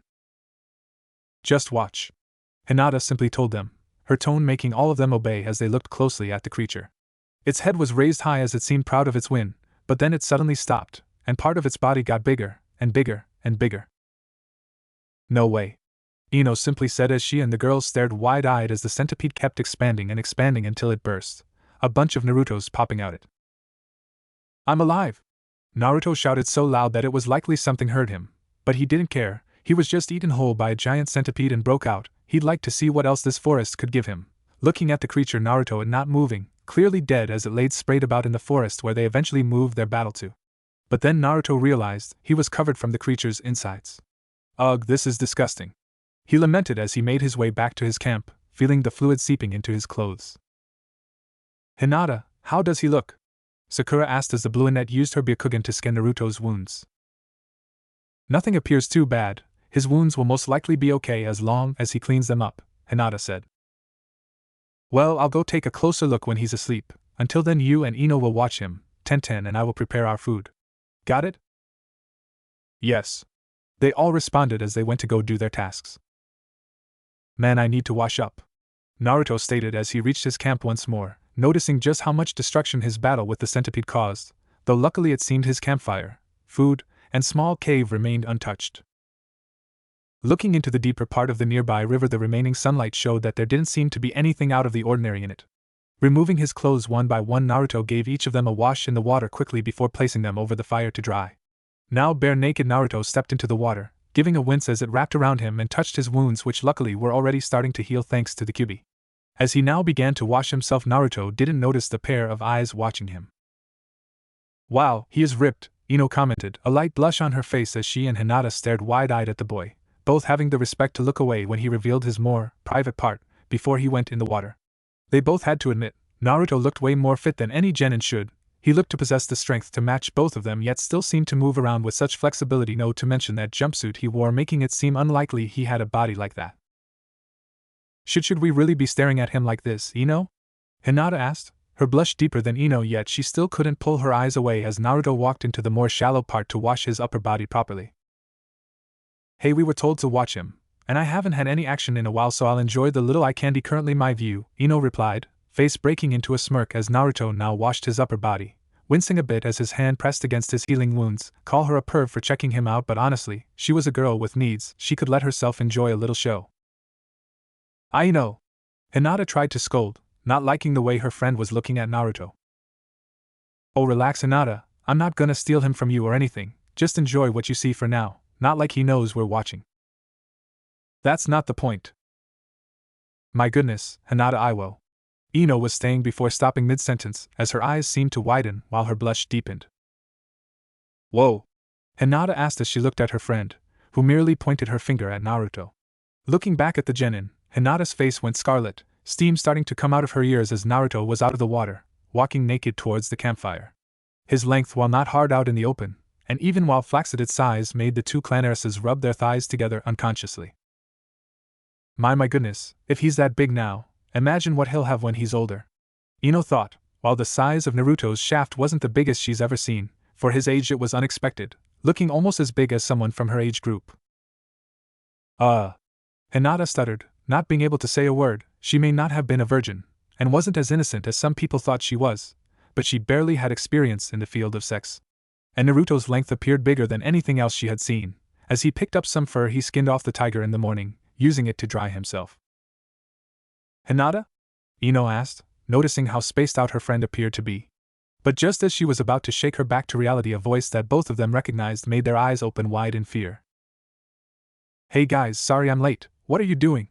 Naruto greeted as she landed on the treetop, looking perplexed as her friends stared at her in fear, faces red. Are you guys okay?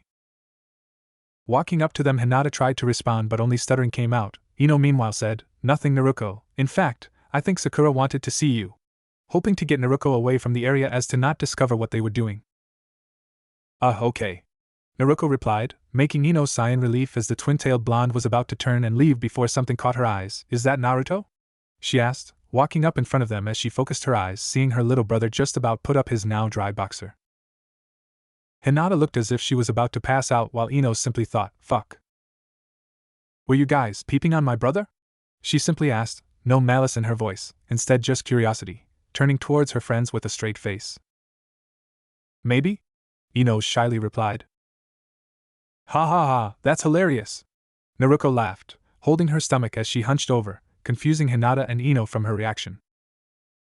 You're not mad? Ino asked. Oh no, I'm mad at you too, but I also find this funnier. Don't worry, I won't tell him, but I will find a way for you two to pay, Naruto stated, her tone playful yet a hint of her more dark side present when she had a chance like this. She was always a prankster by heart, though she didn't really get a chance to express herself like that anymore. Oh God. Hinata and Ino feared, knowing just how crafty their friend could be. Well, I'll think of something for you two to do tomorrow, otherwise I'll go talk to Sakura, Naruto said as she left the two. Standing there a bit stunned, Ino was the first to speak. She's gonna make us do something really embarrassing, isn't she? I'd be surprised if she didn't, Hinata replied, both girls sighing as they turned back to watch Naruto, seeing him walk to the small cave fully dressed, a small piece of meat with him as he entered the cave. Sakura stealthily entered the small cave in which Naruto slept. Currently it was the middle of the night, and it was her shift to watch the boy. Inside the cave she saw him leaned up against the wall, his breath steady as he slept. Trying not to disturb him, she got on his level as she stealthily unzipped his jacket. Proceeding to lift his shirt up with one hand, she placed the other on his chest, enveloping it in her chakra as she began her little checkup. His body seems to be doing fine, wounds are already healing up nicely, no doubt thanks to the Kyuubi. And I'm not sensing any poison in his body, so that's good, Sakura thought before removing her hand from his chest, pulling down his shirt once again as she zipped his jacket back up. But just as she was about to leave, she noticed Naruto seemed to have some smile on his face. What's he dreaming about? She wondered, unintentionally moving her hand. It bumped into something hard. Looking at what it was, Sakura felt a light blush on her face as she saw the tent the boy was sporting, now realizing what type of dream he was having. Deciding it was best to leave, she quietly exited the cave, making sure to put back the leaves he had placed in their proper position before moving back to the top of the tree, waiting for the next person to take her shift to get some rest. The third day was probably the easiest for Naruto. He still wasn't 100% after his long fight yesterday, so he mostly laid low, not trying to draw attention to himself as he mostly stuck around the river, taking out smaller animals for his meals. But off in the distance, he noticed a tall building which appeared to be in the center of the forest, taking note of it to perhaps visit tomorrow when he got his full strength back. Should probably start to head back now, sun is starting to set, Naruto thought as he began to walk down the river back to his little makeshift camp. On his way down he noticed the river diverge a bit, one heading back towards his camp, while one seemed to lead into the forest, and for some reason curiosity got the better of him as he went towards the path in the forest. Oh, he's coming! Naruto whispered excitedly to Ino and Hinata, both having massive blushes on their faces as they stood in just their undergarments, and despite Ino being the one to have the more spicy undergarments, a lacy thin yellow thong and bikini-tight bra that left not much to the imagination, Hinata was definitely the more nervous one of the two as despite sported a pair of conservative bra and underwear. Her assets were more than big enough to be showed off proudly as they were mostly for keeping them in place. But both were praying for the sun to set even faster to cover their bodies in darkness for when Naruto would inevitably see them like this. Turning back to her friends, Naruto ordered, "Okay, now get into position." Remember, I'll be keeping an eye from a distance, so don't try to get out of it. And after it's over, you can wipe his memory of the event." Groaning, the two girls in question went to their spot inside the small cave they had found, the water leading into it as they went deeper, stopping at the small pond inside, barely lit up by some crystals illuminating the place with just enough light that someone could make out their silhouette. "I can't believe this is happening again," Hinata muttered under her breath, not realizing she spoke out loud, allowing Ino to hear what she said. "Again?" she questioned. Despite her current attire and the position she was in, she was curious. "Oh God, did I say that out loud?" Hinata asked, embarrassed, face scarlet as she sat down in the water, hugging her knees in shame. Sitting down next to her, Ino asked, "Want to talk about it?" No teasing in her voice, just the sound of a friend wanting to help another. "Well, let's just say, this won't be the first time